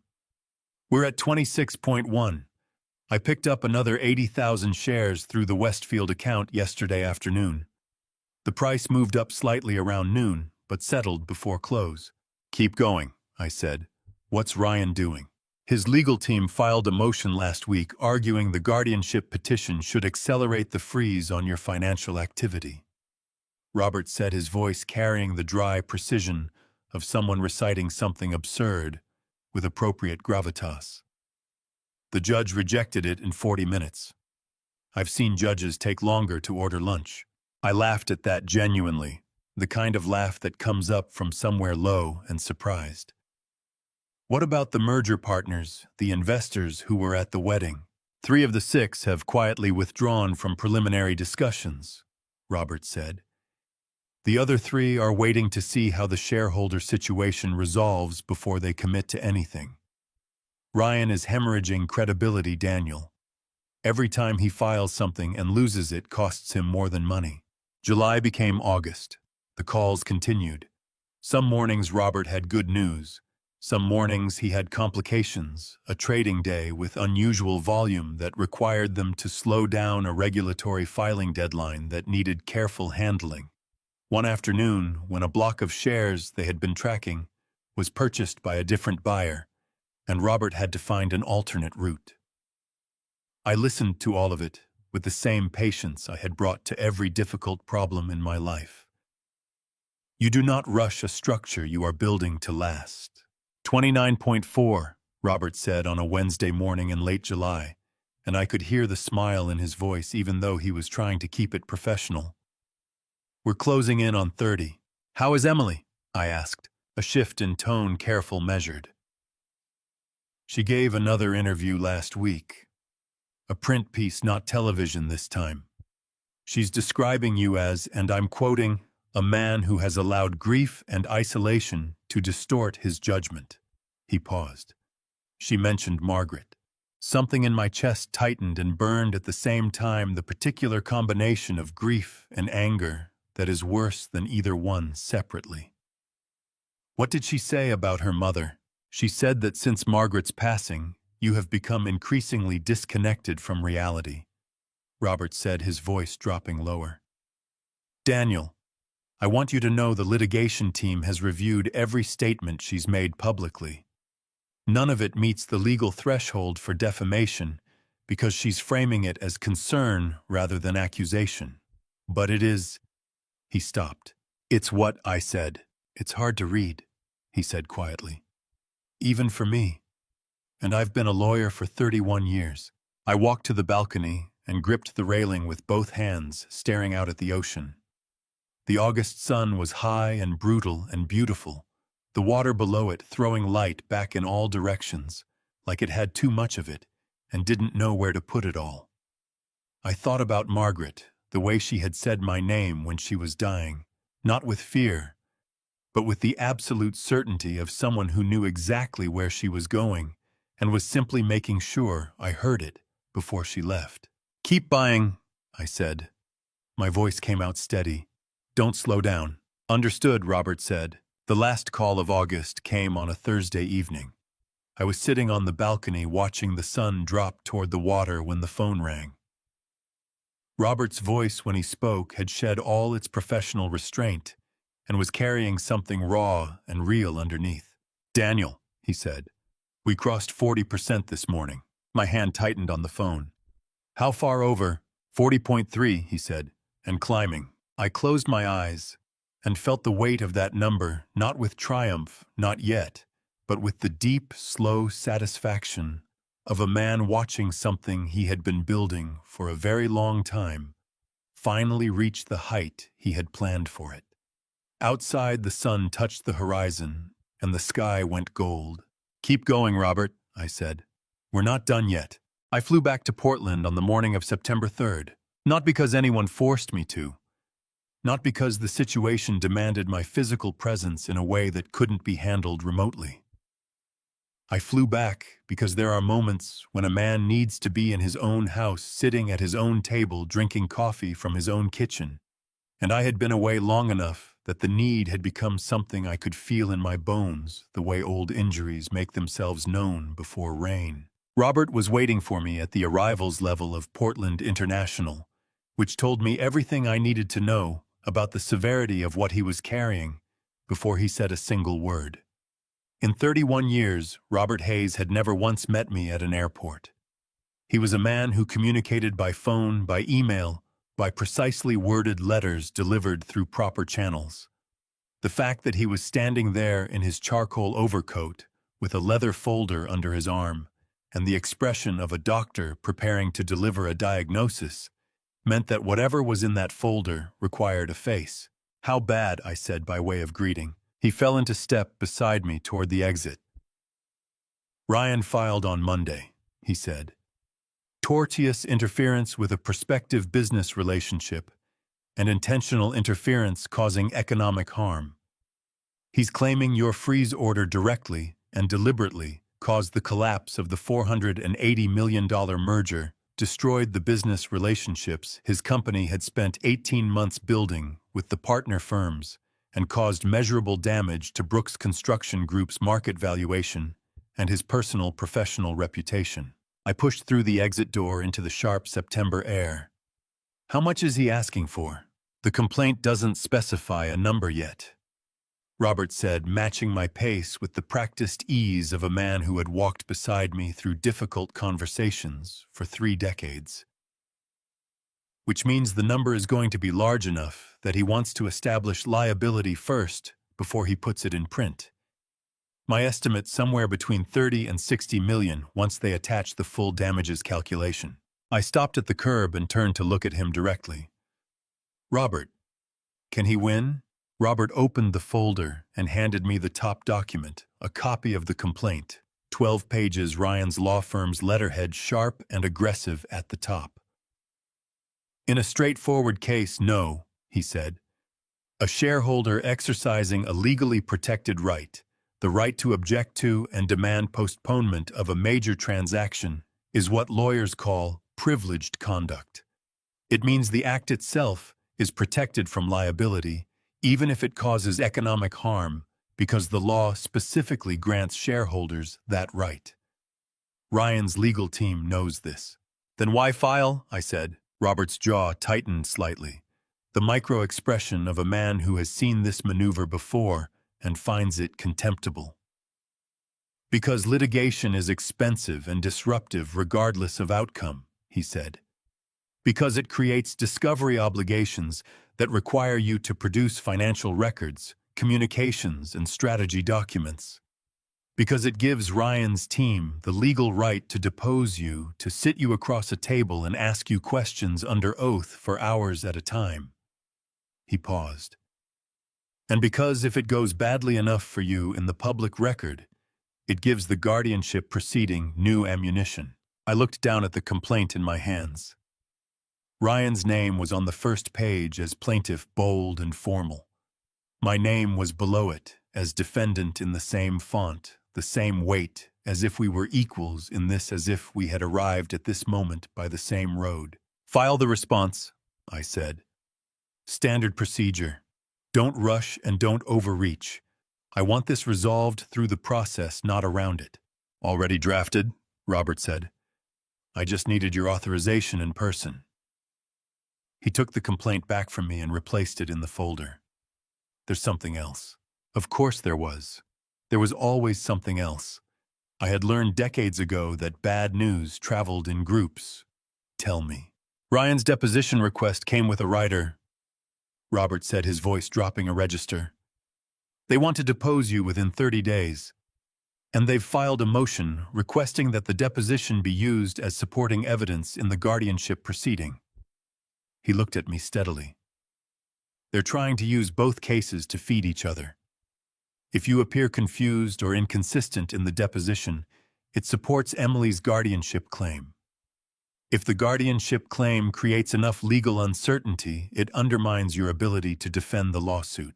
I felt the architecture of it settle over me, the elegant, ruthless efficiency of a trap, designed by someone who had thought carefully about how to build it. Ryan was not stupid. Reckless, yes. Arrogant, certainly, but not stupid. He had looked at the board and found the move that applied pressure from 2 directions at once. He's been busy, I said. He has, Robert said. I picked up my bag from the carousel that had just started moving and slung it over my shoulder. Around us, the airport went about its business reunions and departures, people moving in all directions with their particular weights of urgency and relief. A little girl near the exit was running full speed toward a man who dropped to his knees and caught her with both arms, lifting her off the ground, while she shrieked with the pure, uncomplicated joy of someone who had not yet learned to be careful about showing people how much they mattered. I watched them for a moment, then looked back at Robert. When's the deposition scheduled? They want October 2nd, Robert said. I can push it to October 10th if you need more time. October 10th is fine, I said. Robert, while they're building their case, what is there to stop me from continuing to purchase shares? Robert looked at me for a long moment, with the expression of a man doing rapid calculations. Nothing, he said slowly. The lawsuit doesn't restrict your financial activity. The guardianship proceeding hasn't resulted in an order. You are a free man with full legal capacity and full rights as a shareholder. I nodded once. Then I'll see you at the office tomorrow morning. 8 o'clock. Robert closed the folder and held it against his chest with both hands, studying me with the frank, unguarded attention he reserved for moments when he was genuinely trying to understand something. Daniel, he said, what exactly are you going to do? I looked out through the glass exit doors at the gray Portland sky, low clouds, the promise of rain, the familiar weight of a city I had lived in for 40 years, pressing back against me like something that knew me. Exactly what I've always done, I said. The right thing, at the right time, without making any noise about it. They arrived on the afternoon of September 10th, a Wednesday, at 20 minutes past 2. I heard the car pull into my driveway from the kitchen, where I was making lunch, the specific sound of tires on the gravel. I had laid myself 23 years ago distinctive enough that I could tell it wasn't a delivery and wasn't anyone from the neighborhood. I set down the knife I was using, wiped my hands on a dish towel, and walked to the front window. Emily got out of the passenger side first. She was wearing a gray coat I hadn't seen before. Her hair pulled back, and even from the distance of my front window I could see that she had been crying recently. Not the practiced television version, but the real kind, the kind that leaves a person looking like something has been wrung out of them. Ryan came around from the driver's side holding a bouquet of white roses that looked like it had been purchased from a good florist and handled carefully all the way from Seattle. I watched them walk up the front path for a moment. Then I went to open the door before they could knock.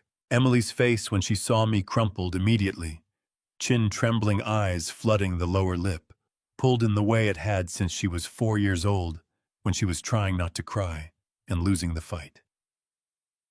Dad, she said, her voice breaking completely on the single syllable. Dad, I'm so sorry. I'm so sorry for everything. She stepped forward and put her arms around me, and I held her because she was my daughter, because whatever had happened between us, she was still the person I had carried home from the hospital 34 years ago, and because the body remembers things the mind is still arguing about. Ryan stood on the porch behind her, with the white roses held in front of him like a shield.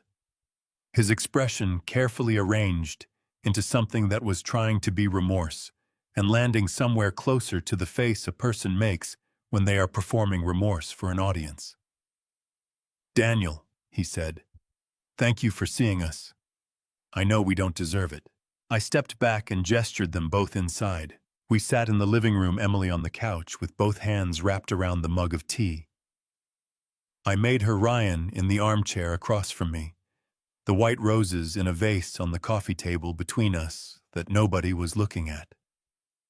Emily talked for a long time. She talked about the wedding, about the months before it, about the email she had sent in February, with a rawness in her voice that made my chest ache in ways I hadn't expected. She talked about Margaret, about growing up, about the shame she had carried, about our circumstances for years, without ever examining where it came from or whether it was deserved. She was not performing any of it. The pain in her voice was real. The tears were real, and sitting across from her in my own living room, watching her come apart with genuine regret, I felt something in me that wanted badly to simply receive it and let it be enough. But Ryan's left hand had not moved from his jacket pocket since he sat down. I had noticed it the moment he settled into the chair. A small thing, the kind of detail an engineer notices, because an engineer spends a career understanding that small anomalies in a system usually mean something. His right hand was free, resting on his knee. His left hand was inside the jacket pocket. Fingers wrapped around something he was holding still, very deliberately. I waited. I let Emily finish. When she finally took a breath and looked at me with her red-rimmed eyes full of the exhausted hope of someone who had said everything they had to say, I reached over and put my hand briefly over hers on the mug. Emily, I said gently, I hear you, I do. Then I looked across at Ryan. I had noticed it within the first minute, the way his left hand had not moved from his jacket pocket since he sat down. Fingers wrapped around something with the particular stillness of a man trying very hard to appear relaxed. 30 years of engineering had taught me that when one part of a system behaves differently from every other part, it means something. Ryan, I said in a completely different tone, calm, direct, carrying no heat and no apology. Would you please take your hand out of your jacket pocket and put whatever you're holding on the coffee table? The color drained from Ryan's face so fast it was almost medical. His jaw went rigid. Emily looked at him sharply, confusion, and then dawning horror moving across her expression, like weather across a landscape. Ryan, she said, her voice suddenly very small. What is he talking about? Ryan pulled his hand out of his pocket. In it was a compact digital voice recorder, small black, the kind you could buy at any electronics store. He set it on the coffee table next to the white roses with the slow, deliberate movement of a man who has been caught and is trying to decide in real time how to respond to that. Emily stared at the recorder. Then she put both hands over her mouth and made a sound that was not quite a sob and not quite a word. Something raw and crushed from somewhere deep in her throat, the sound of a person watching themselves do something unforgivable. Emily, Ryan started. Don't, she said. Her voice had gone flat and hard in a way I had never heard from her before. Don't say a single word right now. I looked at Ryan steadily. Oregon is a two-party consent state, I said. That means recording a conversation without the knowledge and agreement of all parties present is a criminal violation under state law. If that recorder has been running since you walked in, you have committed a crime in my house. I paused to let that land. I'm not going to call the police today, but I want you to understand very clearly that the recording, if it exists, is inadmissible in any legal proceeding and is itself evidence of bad faith that I can use in the lawsuit you filed against me. Ryan's hands were shaking now, a fine, barely visible tremor in the fingers he had placed flat on his knees. His face had moved through shock and settled into something that looked like a man staring at the consequences of his own choices and finding them significantly larger than he had expected. There was also a document, I said, in your inside jacket pocket, a transfer agreement, I imagine. Ryan said nothing. His throat worked. You don't need to confirm it, I said. Robert Hayes will be in contact with your legal team tomorrow morning regarding the recorder. I'd suggest you speak to your attorney before that call. I stood up, signaling with the unhurried finality of a man in his own home that the visit had concluded. Emily, please take the roses. They're beautiful and none of this is their fault. Emily stood on legs that were barely holding her, her face wet and devastated, her hands shaking as she lifted the vase from the table. She looked at me with eyes that were asking a question she didn't have words for yet. We'll talk, I said quietly, but not today. She nodded once, a small broken movement, and walked to the door. Ryan followed without speaking, without looking at me, the recorder still sitting on my coffee table, where he had left it, like evidence of something he could no longer take back. I closed the front door and stood in my hallway with my hand still on the knob. Outside, I heard the car start, heard the tires on the gravel, heard the sound fade down the street until there was nothing left but the ordinary quiet of a September afternoon in Portland. I picked up my phone and called Robert. They came, I said. He had a recorder, Oregon two-party consent, and there was a transfer agreement. Robert exhaled sharply, the sound of a man both unsurprised and deeply frustrated. Are you all right? I looked around my living room, the familiar chairs, the books, the photograph of Margaret on the shelf that had watched the whole thing. Yes, I said. Accelerate the timeline, Robert. I want to be ready for the shareholder meeting. Robert called me at 6:47 in the morning on the 18th of September, and I could hear the courthouse traffic already bleeding through his phone car horns. A distant siren, the particular hollow echo of a marble lobby. "Daniel," he said, and even that single word carried something I hadn't heard from Robert in 31 years of friendship. It carried relief. "Robert." I pressed the phone harder against my ear. My chest felt like something had been sitting on it for weeks and was only now slowly beginning to lift. "Tell me." Judge Patricia Harmon denied the petition. He exhaled so loudly I could hear his shoulders drop. "Denied it in full. No emergency protective order, no temporary conservatorship, no restricted access to your accounts. Everything they filed thrown out." My knees went soft. I was standing on the balcony of my Maui rental, still in yesterday's shirt, and I had to grip the railing with both hands because my legs genuinely refused to hold me steady. 69 years old, and a judge's decision could still make me feel like the ground was tilting underneath my feet. "How did she rule?" I managed. "She said," and I'm reading directly from her bench statement.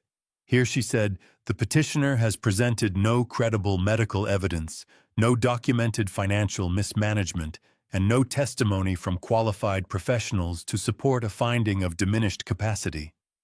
The motion appears motivated by personal interests rather than the welfare of the respondent." I pressed my fist against my mouth. My eyes burned. I would not cry, not yet, but my throat tightened around something that felt enormous, something that had been lodged there for weeks. "Personal interests?" I repeated. My voice came out rougher than I intended. Her exact words. Robert's voice gentled. "Daniel Ryan's legal team threw everything at this. They brought a financial analyst who tried to argue your stock purchases were erratic behavior. They brought a clinical psychologist, paid expert, obviously, who testified he was concerned about your decision-making after the wedding." Judge Harmon looked at that psychologist for about 10 seconds and asked him when he last examined you in person. The answer was never. She excused him from the stand and moved on. A sound escaped me, not quite a laugh, not quite a sob, somewhere in between. I turned away from the ocean and sat down hard on the balcony chair, staring at the potted fern. Margaret would have loved the one I'd bought at a farmer's market 3 weeks ago just to have something living nearby. "She never met me," I said. "The psychologist. He testified about my mental state, and he'd never once sat across from me." "That's what killed their case," Robert said. "That, and the fact that your shares were purchased through completely standard brokerage channels, every transaction logged, every disclosure filed properly with the SEC. There was nothing erratic about it. It was systematic. It was methodical. And it was completely 100% legal." I breathed in slowly. The trade winds off the Pacific moved through the palm fronds below my balcony, and I thought about Margaret, the way she used to put both palms flat on a table when she was relieved, like she was checking the world was still solid beneath her hands. "What about Emily?" My voice cracked on her name. I couldn't help it. She was still my daughter, regardless of everything. "Was she there?" "She was." Robert paused. "She sat in the front row. She was crying before the ruling even came down. When Judge Harmon made the denial official, Emily put her face in her hands. That hit me somewhere deep and raw and old. I pressed my palm against my sternum because my heart was actually aching. Not metaphorically, not poetically, but physically hurting the way grief sometimes does when it's been compressed too long and finally finds a crack to move through. "And Ryan stood up immediately. His attorney grabbed his arm before he could say anything. He sat back down, but his face was... Robert chose his words carefully. His face was a color I've never seen on a person before. "I almost felt sorry for him. Almost." "Robert," I said quietly. "Did Emily look over at anyone? Did she say anything after she said one thing?" Another pause. "When she was walking out, I was near the door. She stopped for a second and she said, "Where is he?" Just to herself. Not to anyone in particular. Just into the air. The burning in my eyes got worse. I stood up and walked to the railing again, facing the ocean, because I needed something massive and ancient to look at when emotions this size moved through me. "Where is he?" I repeated. "She knows you love her, Daniel. Somewhere under all of this, she knows. Maybe." I let the words sit there. Or maybe she just realized the man she tried to erase has more power than she counted on. Both things can be true. I nodded, even though he couldn't see me. Both things could be true. A father's love and a father's boundaries, not opposites, not enemies. Just two things that could exist in the same chest at the same time without destroying each other. "What's next?" I asked, rolling my shoulders back, feeling something settle in my spine. "That," Robert said. And now his voice carried something entirely different. Something careful and weighted and almost electric. "Is exactly what I need to talk to you about. Because something happened this morning. Something I did not expect." My hand tightened on the railing. "Tell me." "Not on this call," Robert said. "I'm sending you a name. Check your messages in 5 minutes." The line went quiet. I stared at the ocean pulse ticking steadily in my throat and waited. The name Robert sent me was 2 words, Richard Brooks. I read it 3 times, standing in my kitchen, coffee getting cold on the counter beside me. Richard Brooks. The founder. The chairman. The man who had built a construction empire from a single permit office in Tacoma 40 years ago and turned it into the company that was now legally and irrevocably more mine than anyone else's in the world. Though he didn't know that last part yet. Not all of it, anyway. My phone rang before I could decide what to think. The number was a Seattle area code I didn't recognize, and my pulse kicked hard in my chest. I answered on the 3rd ring. "Mr. Carter." The voice was deep, unhurried, and carried the particular authority of a man who had spent decades in boardrooms. "My name is Richard Brooks. I believe you know who I am." "I do," I said. I kept my voice level the way I used to when a machine was misbehaving on the floor, and panic was the worst possible response. "Good morning, Mr. Brooks. I'm going to skip the pleasantries," he said, "because I suspect you'd prefer that." "I would." "Good." A short exhale. "I've spent the last 3 months trying to understand who you are. I hired 3 separate research teams. I pulled every public record. I had my attorneys review the original share agreement from 2000. And I want to tell you something, Mr. Carter, that I don't say easily." He paused. "I owe you an apology. That was not what I expected." My fingers tightened around the phone. Out on my balcony, a gust moved through the palms, and I could hear the ocean 3 floors below, low and constant and ancient. "An apology," I said carefully. 25 years ago, my company was 48 hours from insolvency." His voice didn't waver, but there was something underneath it. Not shame exactly, but the kind of weight a man carries when he finally says a true thing out loud after years of walking around it. "Robert Hayes brought your proposal to me. $3 million, no public acknowledgement, no board seat, no operational role. I accepted because I had no other option. And then the company survived and grew, and I told myself the arrangement was professional. That anonymity was your preference. That I owed you nothing more than the legal agreement we'd signed. You honored the agreement," I said. "I honored the letter of it." A beat. Not the spirit. I never once asked Robert how you were. I never sent a note. When the company went public, when we crossed $1 billion in revenue, when we celebrated 20 years, I never thought about the man who made it possible because it was easier not to. He stopped. "That was wrong, and I am sorry." I sat down at my kitchen table. My throat was doing that thing it had been doing for months, tightening around something too large to swallow, too significant to push aside. "Mr. Brooks," I said, "why are you calling me today, specifically today, the morning after the guardianship ruling?" He didn't hesitate. Because yesterday Judge Harmon denied my son's petition. Because Robert Hayes has informed me that you currently hold 40.3% of Brooks Construction's outstanding shares, and that number is still moving. Because the $480 million merger I have spent 2 years building is frozen legally by your action. And because... His voice shifted, dropped half a register, became something more human and less corporate. Because I read the letter you left for my son on his wedding day, and I understood for the first time exactly what kind of man I had been doing business with for 25 years without ever knowing his name. My eyes stung. I pressed the heel of my hand against my forehead and tried to breathe evenly, tried to be the steady man I had always been. But Richard Brooks had just said something that cracked through every careful wall I had built around myself since February. What did the letter say to you? I asked. The part that mattered most.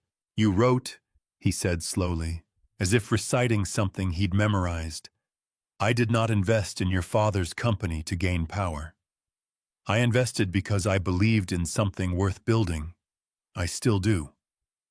The difference is that now I believe in building it correctly. A pause.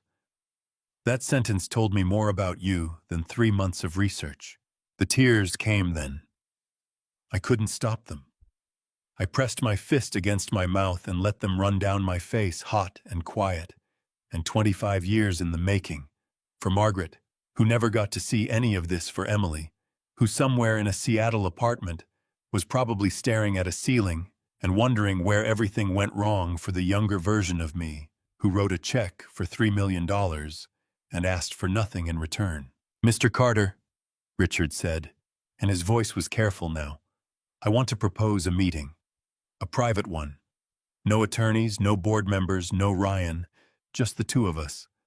I want to discuss the merger, your shares, and if you're willing, what comes next. I wiped my face with the back of my hand.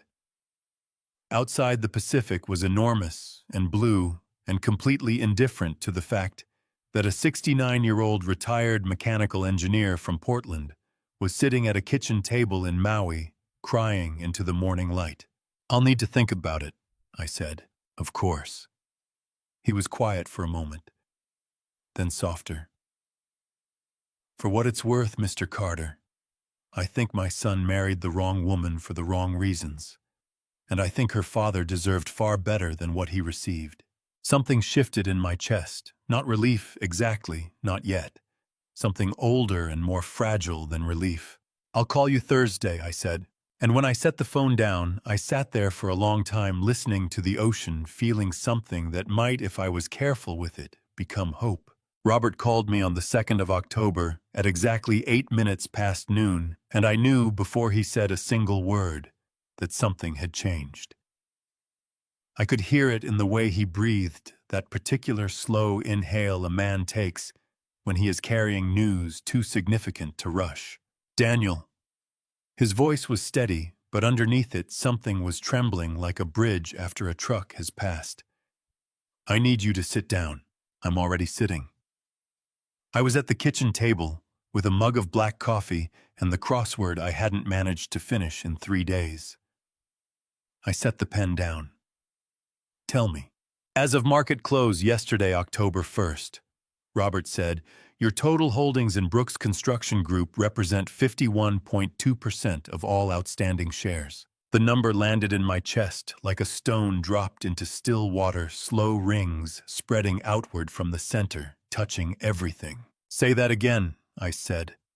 Not because I hadn't heard him, because I needed to hear it twice to understand it was real. 51.2%. He let the number breathe. Daniel, you are the majority shareholder of Brooks Construction. You control the company. My hand was shaking. I looked down at it wrapped around the coffee mug and watched my own fingers trembling against the ceramic. And I thought, this is what 25 years of patience looks like from the outside.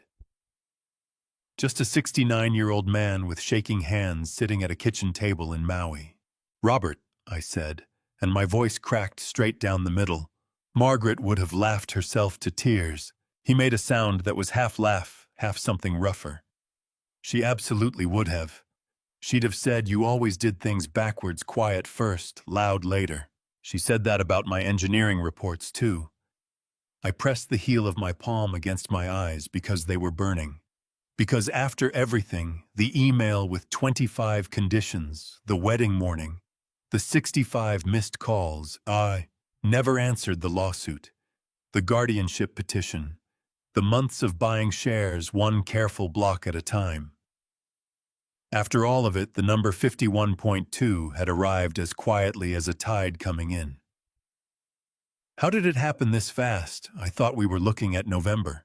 Ryan's legal team filed a motion last week to freeze your share purchases pending the tortious interference case, Robert said, and I could hear him moving the particular creak of his office chair. The motion was denied on Monday. When the denial came through, two of the institutional investors who'd been watching the litigation decided the legal risk of staying aligned with Ryan's faction was too high. They sold. I bought. 3 separate purchases over 36 hours. You moved fast. I moved the moment the window opened. A beat. That's what you pay me for. I laughed, a real one, raw and sudden, the kind that surprises you when it comes out. Robert, I pay you an embarrassingly modest retainer for a man who just handed me control of a billion-dollar company. The retainer, he said, and now he was laughing too, is something we are absolutely going to discuss at our next meeting. I stood up from the table and walked to the balcony because I needed air, needed the ocean to be in front of me when I processed this. The Pacific was its usual enormous self, vast and blue, and entirely unbothered by the fact that a retired mechanical engineer from Portland had just become the controlling shareholder of Brooks Construction Group. What happens now? I asked. Legally, I mean. What does 51.2% actually let me do? It lets you do almost everything, Robert said. You can call a special shareholder meeting. You can block any resolution that requires a simple majority, including the $480 million merger. You can, if you choose, replace board members. You have effective control over the strategic direction of the company. He paused. Ryan Brooks's position as VP is technically secure. Employment decisions aren't made at shareholder level, but his influence over the merger is gone. He has no path to pushing that deal through without your vote. The merger. $480 million frozen since June 14th. I thought about Ryan sitting across from me at that Portland restaurant in May, casually mentioning it, like a man showing off a watch he was proud of. We're announcing a $480 million acquisition at the wedding reception, Mr. Carter. Bit of a milestone for the company. He hadn't known then. He hadn't known that the man he was talking to owned nearly a quarter of every dollar he was describing. What does Richard know? I asked. Richard knows the share count as of this morning, Robert said. I sent formal notification to the company's registered agent at 9 a.m. per SEC disclosure requirements. Richard will have seen it by now. He lowered his voice slightly. He called my cell at 9:47. I didn't answer. I wanted to talk to you first. My chest tightened in a different way now, not grief, not pain, but something anticipatory and sharp. Richard Brooks, 68 years old, founder of everything, sitting in his corner office in Seattle, reading a document that told him the quiet man from Portland now owned more of his company than he did. What do you think he's feeling right now? I asked. Robert considered this. I think he's feeling the specific kind of reckoning that arrives when a man realizes the debts he thought were settled were never settled at all. A beat. But I also think, based on the conversation you described, the apology he offered, that Richard Brooks is a man capable of facing a reckoning without running from it. Unlike his son, I said quietly. Unlike his son, Robert agreed. I gripped the balcony railing and stared at the water. A parasailer was drifting far out over the bay, suspended between ocean and sky, going exactly nowhere in the most peaceful way imaginable. I thought about the meeting Richard had proposed. Thursday, I had said. I had called him Thursday. We had spoken for 40 minutes about the merger, about the company's future, about a possible path through the legal freeze. He had been measured and honest and nothing like I expected. "Robert," I said, "schedule the shareholder meeting." A pause. Then carefully, "Daniel, are you sure? Once we file notice, there's no quiet way out of this. The financial press will pick it up within 24 hours. Your name, your actual name, becomes public." I thought about Margaret. I thought about Emily asking, "Where is he?" in an empty courthouse hallway. I thought about the 25 conditions on a screen in my home office at 11 at night. Condition number 25 reading, "After the wedding, please remove yourself from our lives." "I've been quiet for 25 years, I said. "I think that's long enough." "I'll file the notice tomorrow morning," Robert said. "The meeting will be set for October 15th. "October 15th, I repeated. After I hung up, I stood on that balcony for a long time, and the shaking in my hands slowly gradually stopped. The morning of October 15th arrived, the way consequential mornings often do, without ceremony, without fanfare, with nothing but gray Seattle sky pressing flat against the hotel window, and the smell of coffee I had made too strong. I had flown in the night before. Not from Maui. I had left Maui 3 days earlier, spent a night in Portland, walking through my own house like a stranger, relearning the layout, touching the spines of Margaret's books on the shelf in the study, standing in the kitchen doorway at midnight, just listening to how quiet a house could be when everything important had already moved on. The Brooks Construction headquarters was on the 32nd floor of a glass tower in downtown Seattle, the kind of building that tells you it's serious about itself before you even reach the lobby. I arrived at 8:45 for a 9 o'clock meeting because I had been a mechanical engineer for 30 years, and showing up early was the only habit I'd never managed to break. The receptionist, a young woman named Claire, according to her badge, looked up when I came through the glass doors in my plain gray suit, the same one I'd bought for Margaret's sister's retirement dinner 4 years ago. "Good morning," she said, politely uncertain. "Can I help you?" "Daniel Carter," I said. "I have a 9 o'clock. Something moved across her face, recognition. Then something more complicated. Then the professional smoothing that young people in corporate environments learn very quickly. "Of course, Mr. Carter. I'll let them know you've arrived. Can I get you anything while you wait? Water, coffee?" "Coffee would be wonderful, thank you." I smiled at her, and I meant it. None of this was her doing. Robert was already in the lobby when I turned from the reception desk, his briefcase in one hand and his reading glasses pushed up on his forehead. And when he saw me, his whole face shifted into something warm and worried and proud all at once. "You look exactly like yourself," he said. "Is that a compliment?" "Today," he grabbed my shoulder briefly, "it's the highest compliment I can offer."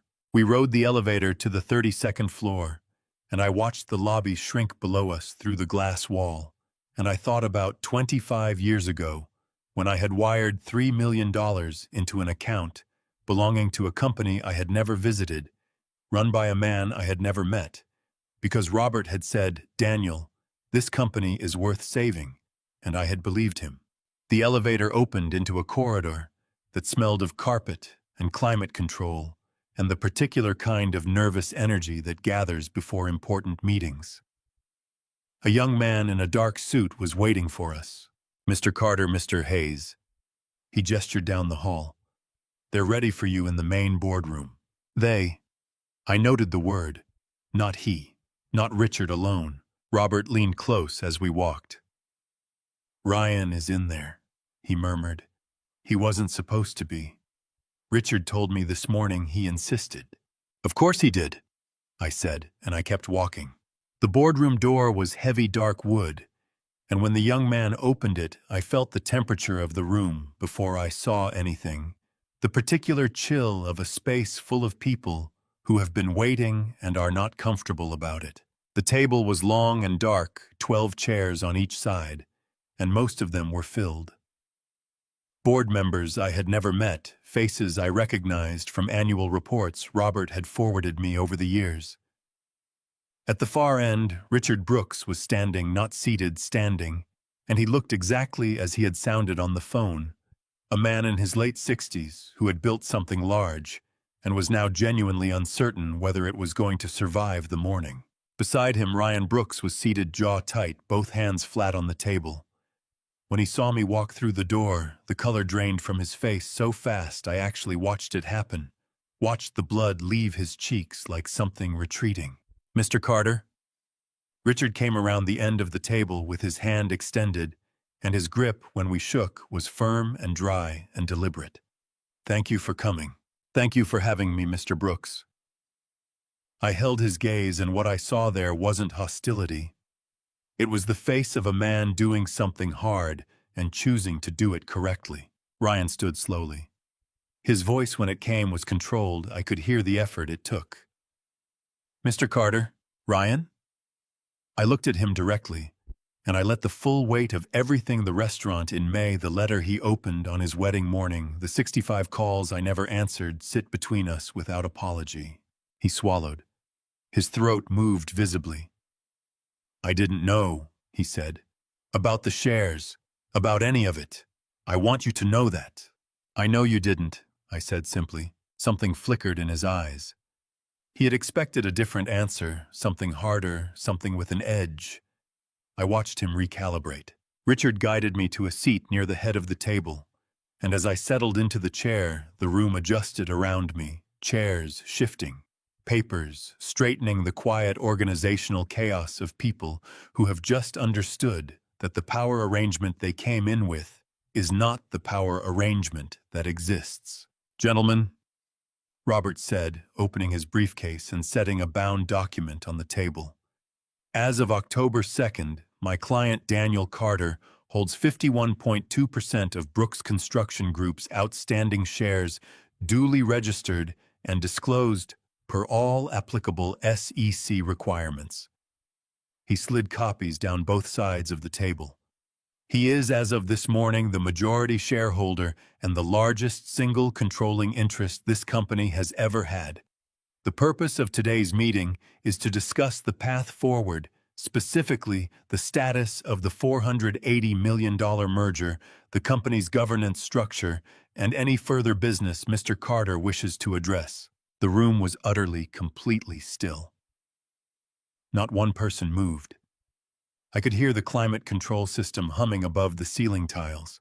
Richard was watching me from across the table. His eyes were the color of worn granite, and they were steady and clear, and asking a question he hadn't yet put into words.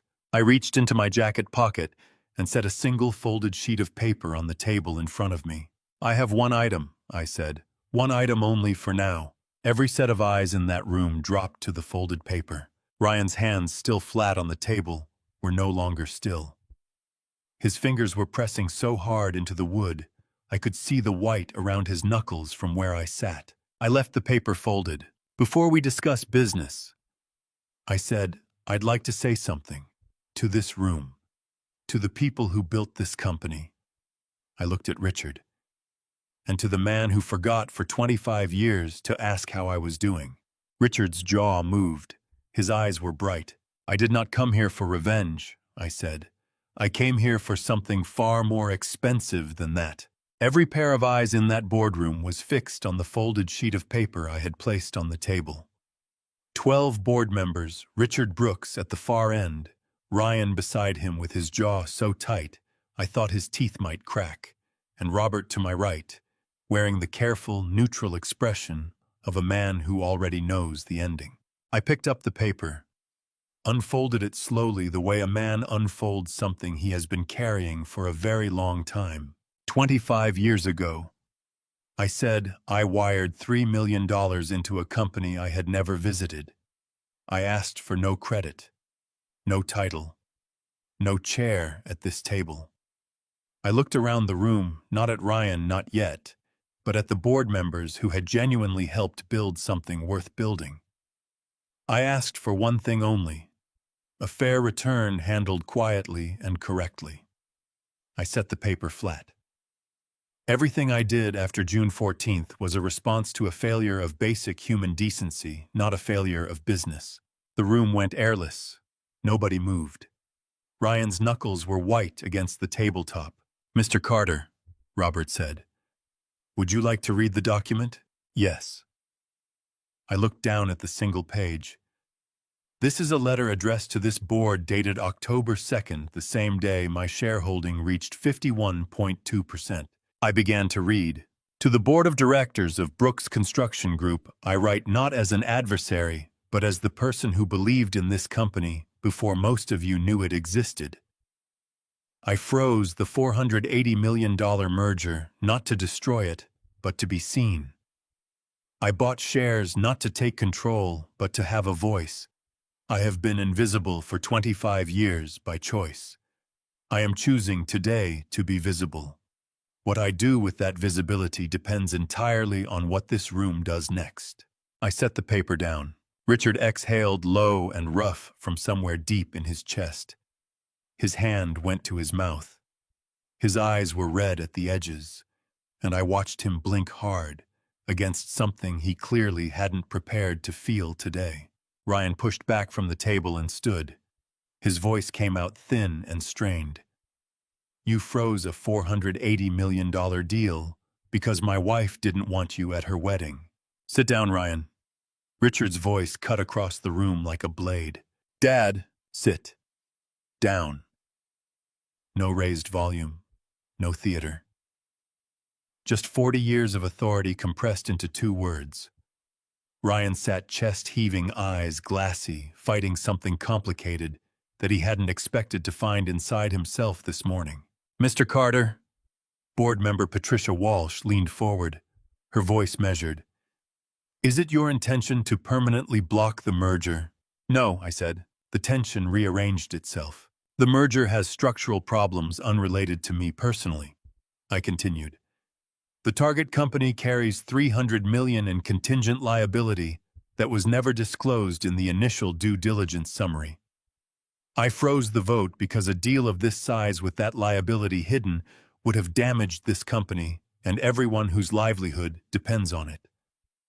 I met her eyes directly. "I am not here to burn down what took 25 years to build.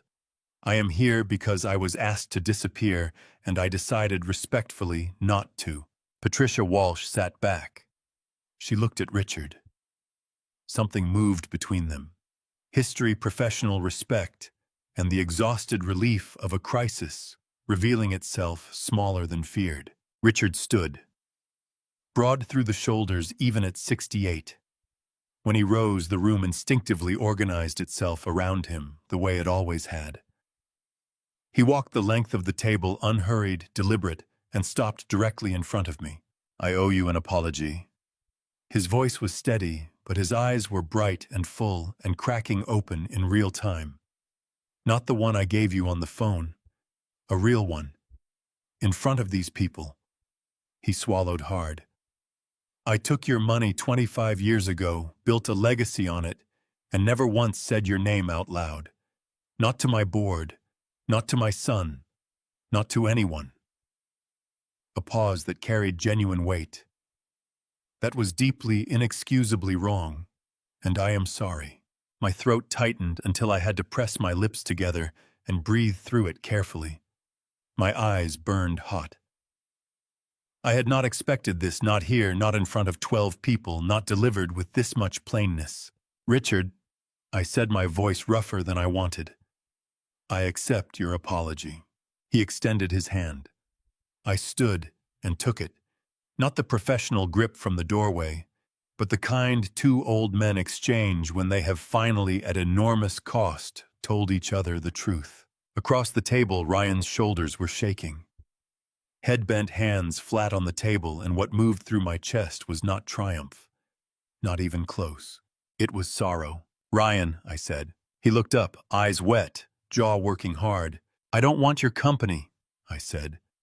"I wanted my daughter to look at me the way she did when she was 9, running down the hallway in her socks and crashing straight into me." My voice broke on that last word. Just a hairline fracture. But everyone in that room heard it. That's all I ever wanted. He stared at me, a 36-year-old man, only now understanding the full weight of choices he could not undo. "Mr. Carter," he said quietly, "I don't know how to fix this." "Neither do I," said. "But that's not something we solve today." I folded the letter and put it back in my pocket. "Robert," I said, "let's talk about the merger." The meeting lasted 3 hours and 40 minutes. When it ended, the $480 million merger was tabled pending proper due diligence, my condition accepted unanimously. The freeze lifted. Ryan's lawsuit evaporated before close of business, which Robert told me was the fastest he had ever seen a legal action disappear. I was heading toward the elevator when Richard caught up with me, slightly out of breath, moving faster than a 68-year-old man with a bad knee probably should. "Daniel, 5 minutes." Robert touched my arm. "I'll get the car." And just like that, he gave us the hallway. Richard stopped beside me. The chairman's composure he had worn in the boardroom was gone. What replaced it was something tired, loosened, and far more human. He looked like a man who had been carrying something very heavy and had only just been given permission to set it down. "I want to offer you a board seat," he said. "Full voting rights. Every major decision, mergers, acquisitions, strategy. Everything." He stopped. The offer should have been made 25 years ago. My chest ached, not painfully, but with the tenderness of something old and bruised finally being touched with care. I thought about what that offer would have meant when I was 44, when Margaret was alive, when Emily was 9 and running down the hallway in her socks. "Richard," I said, "I'm 69 years old. I have a garden in Portland that's completely out of control. I have Margaret's books in a study nobody has dusted since June. I have a crossword puzzle I've been failing to finish for 3 days." I looked at him directly. "I am not a board member. I am a mechanical engineer from Portland who made a decision 25 years ago and has spent every day since being exactly who he always was." Something cracked open in Richard's expression, grief and admiration arriving at the same moment. "Then tell me what you want," he said, his voice rough. "Anything.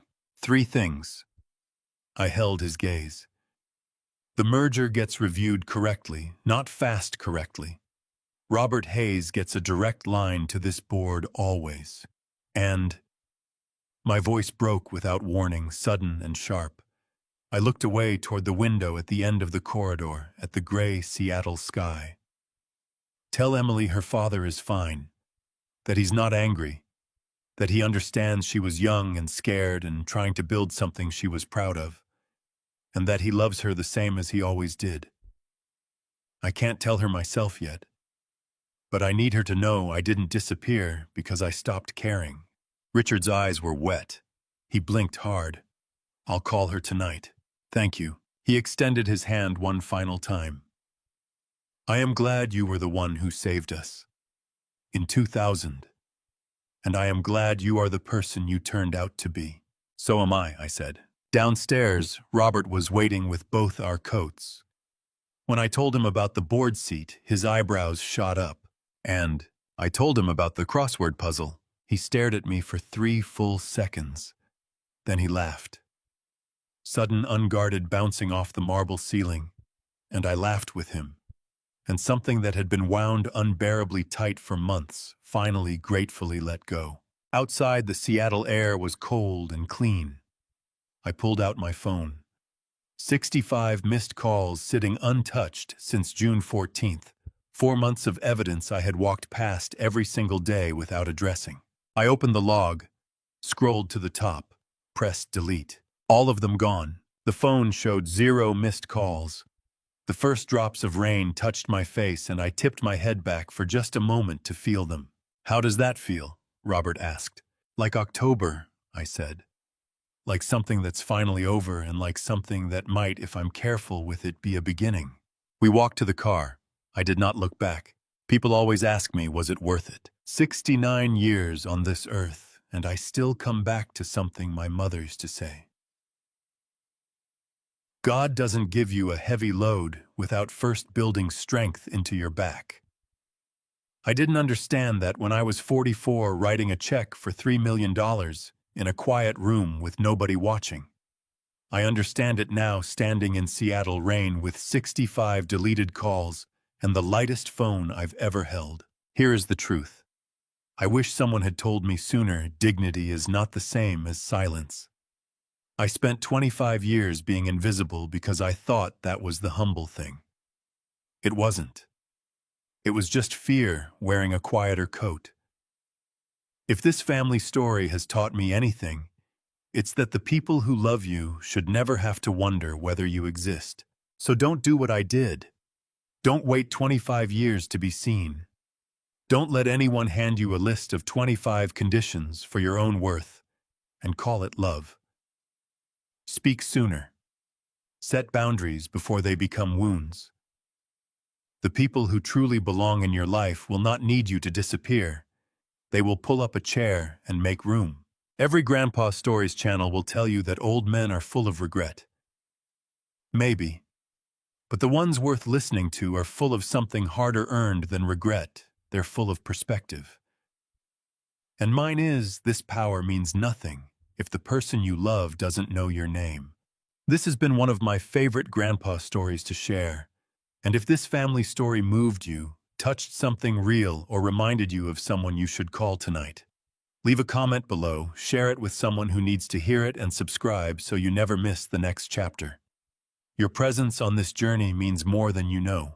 Thank you truly for staying until the very last word. And one small note before you go, the stories ahead contain certain fictional elements crafted purely to illuminate real human truths.